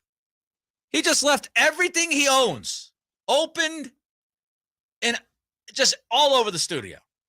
So much so we were like, oh, he's obviously coming back. He's obviously around this place. Yeah, Jay Mars, who is, pray for that young man. His producer, he comes in, he goes, oh, no, I think he's gone. And he sees his backpack. He goes, no, he's got to be here. It's the backpack. His backpack's here. I looked at Jay. I said, Jay, it's Friday. It's 11:20. There's no chance Dave's here. If it was 9:20, there's no chance Dave's here. You're about right on that. Let alone 11:20. 9:01, he runs out of the studio like his ass is on fire. There's no chance that man is still in this building at 11:20. And he wasn't. He just left everything. And at first, being a caring, right, JJ, you being a caring boss, I said, well, maybe there's an emergency. Yes. And Mars said, nope, but just text him, no emergency. He would have said there's an emergency. He would have said so. What are we doing here, Dave? First, you're calling Chris Watkins Charles Watkins. Getting the wrong names of the staff. Leaving your stuff around. What's he next week? I'm gonna come in. He's gonna have socks on the table. I think we might have to get Emma in HR on this. She came on board the same time as Charles.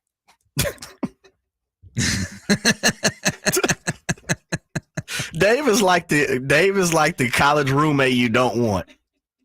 You're not kidding. Hey, he's the cat, man, I got to share the kitchen with him? The bathroom with that cat? Nah, I'm cool, man. I just go to my girl house. Coffee stain, folks. Coffee stain. I wish. Can I put this YouTube camera on? Can we use this one, or are the settings all messed up? We'd have to get on the laptop to set it up. Because I wanted to take the camera and put it right above the coffee stain so people on YouTube can see this coffee stain.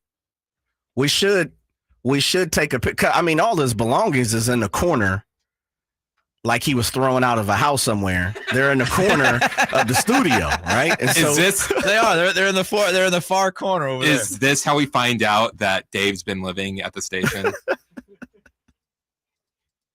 We're gonna find out he has a cot downstairs. Like, that's what it's all about. That's why he and Scott Marsh are so close. Marsh lets him in. Marsh keeps his stuff in the office. Come on in, Dave. Just left everything. Everything. How do you do that, by the way? I was sitting here trying to think of You just put stuff down and walk out. That's. I mean, he didn't put nothing down. It was placed there for 4 hours. He had already done a show. Came in, done his prep 4 hours. I mean, it was just sitting there. I don't know. 2 computers, not 1, 2. We got to get Charles Watkins on the case. Oh, by the way, a quick update. And Robin Conrado downstairs.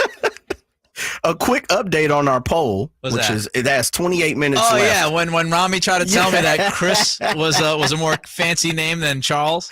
It's 98% Charles to 2% Chris, man. CV, I apologize. I'm actually feeling a little offended by that. Yeah. And you knew Ramie, he knew he was in trouble when he tried to move the goalpost. To Christopher. He was like, what about Christopher? Nope.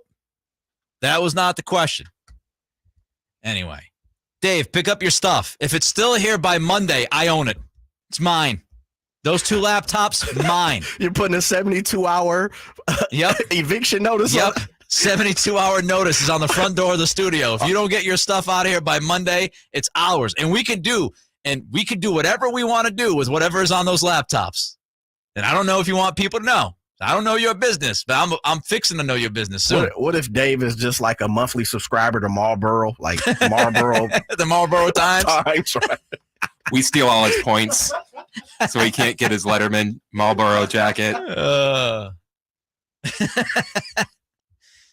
Anyway, we got a text. I was talking about Trey Lance and how Kyle Shanahan has handled Lance compared to how Belichick's handling Mac Jones this year.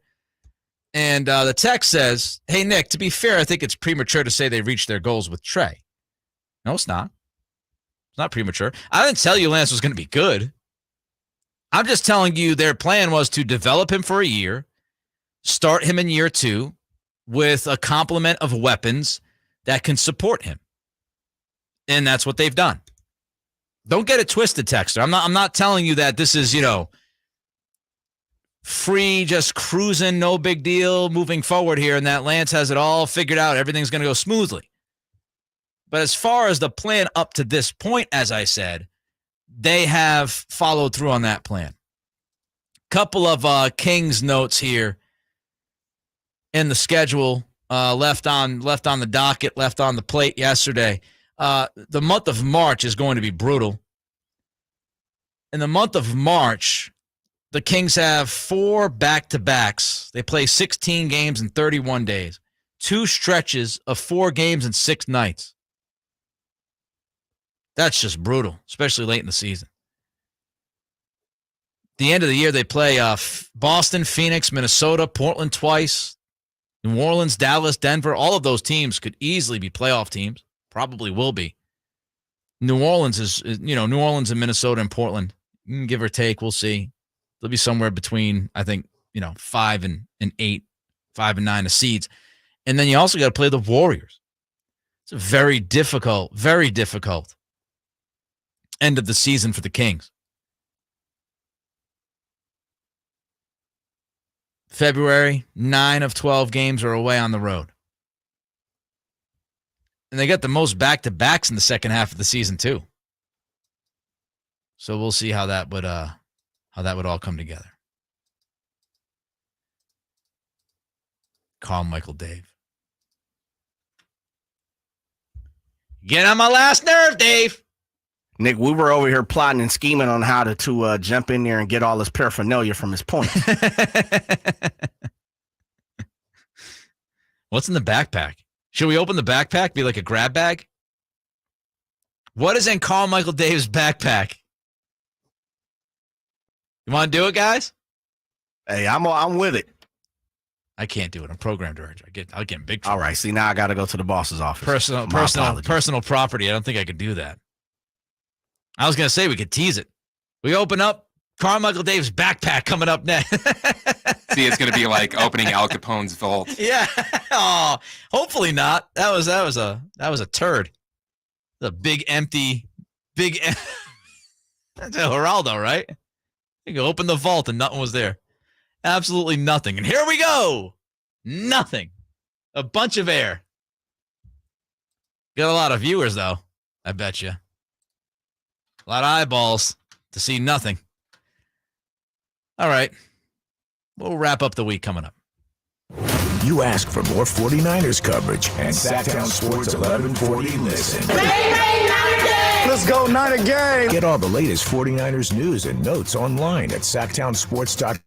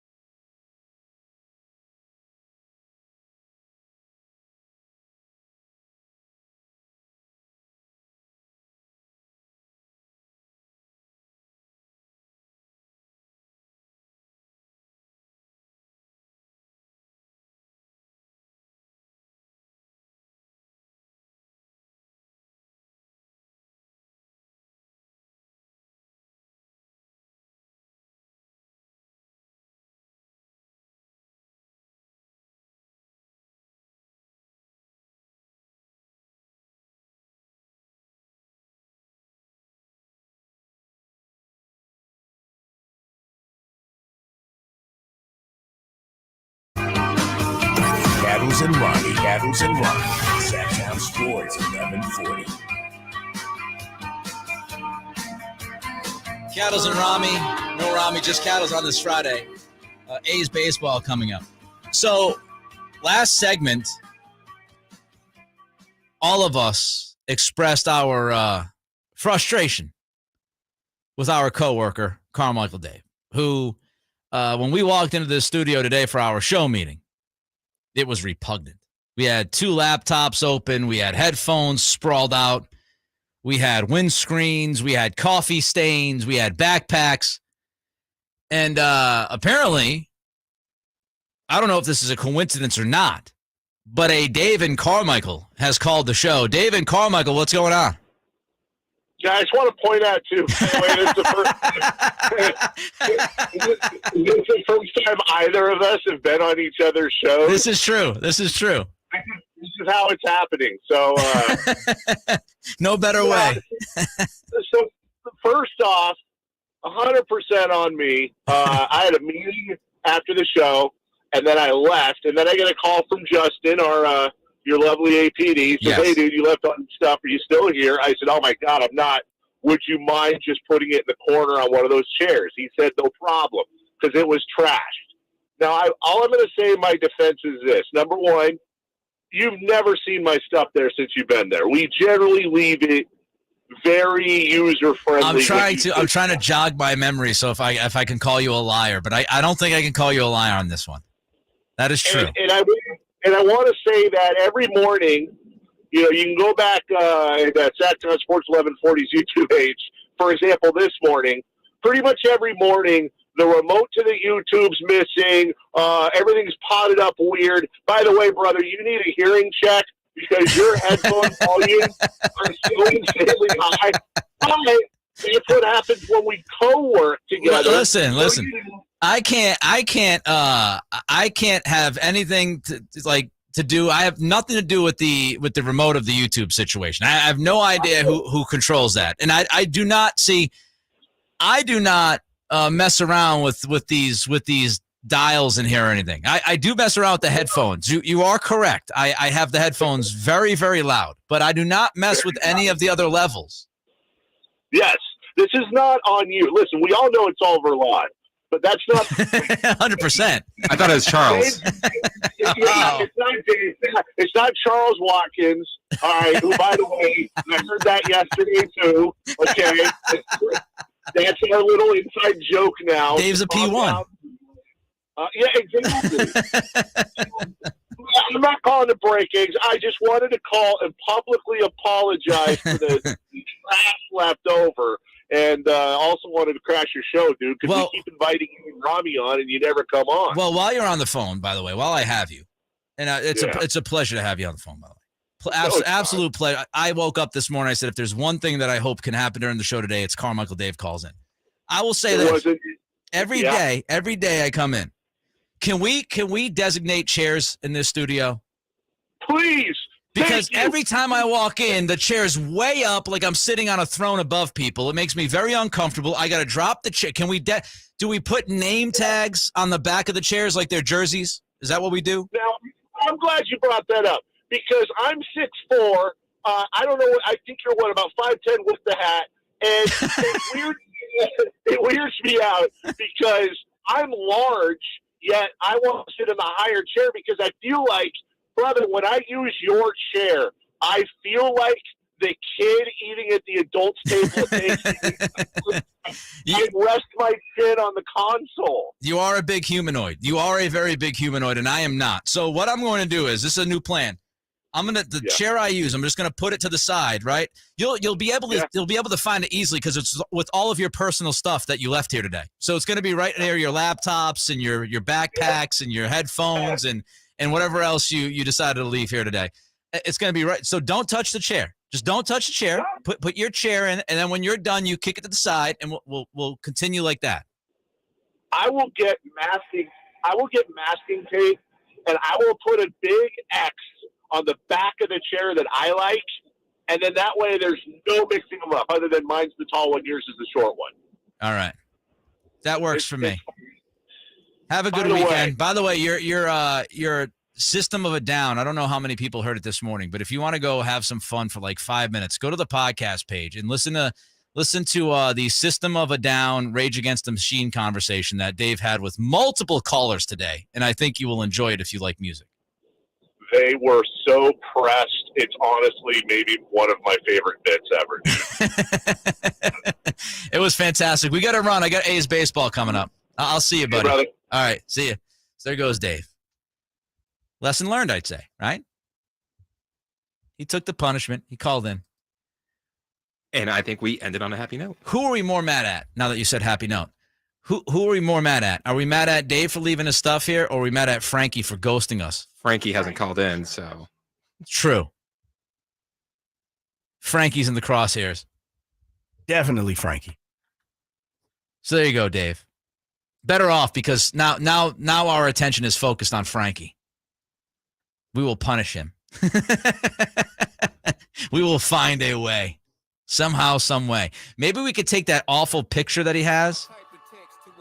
He had that awful cheesy picture with like his big cheesy grin.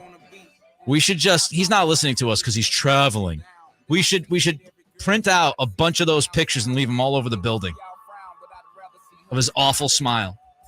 On that note, have a great weekend. Thanks to JJ. Thanks to CV. Everybody be good, be happy, be healthy. I'm out on Monday. Big surprise. Ramie's not. He'll be here on Monday. We'll be back on Tuesday together. But everybody have a good weekend. Ramie on Monday. Till then, Cattles and Ramie, Sactown. Not burn me on my bum when I shoot the moon. High jump the broom.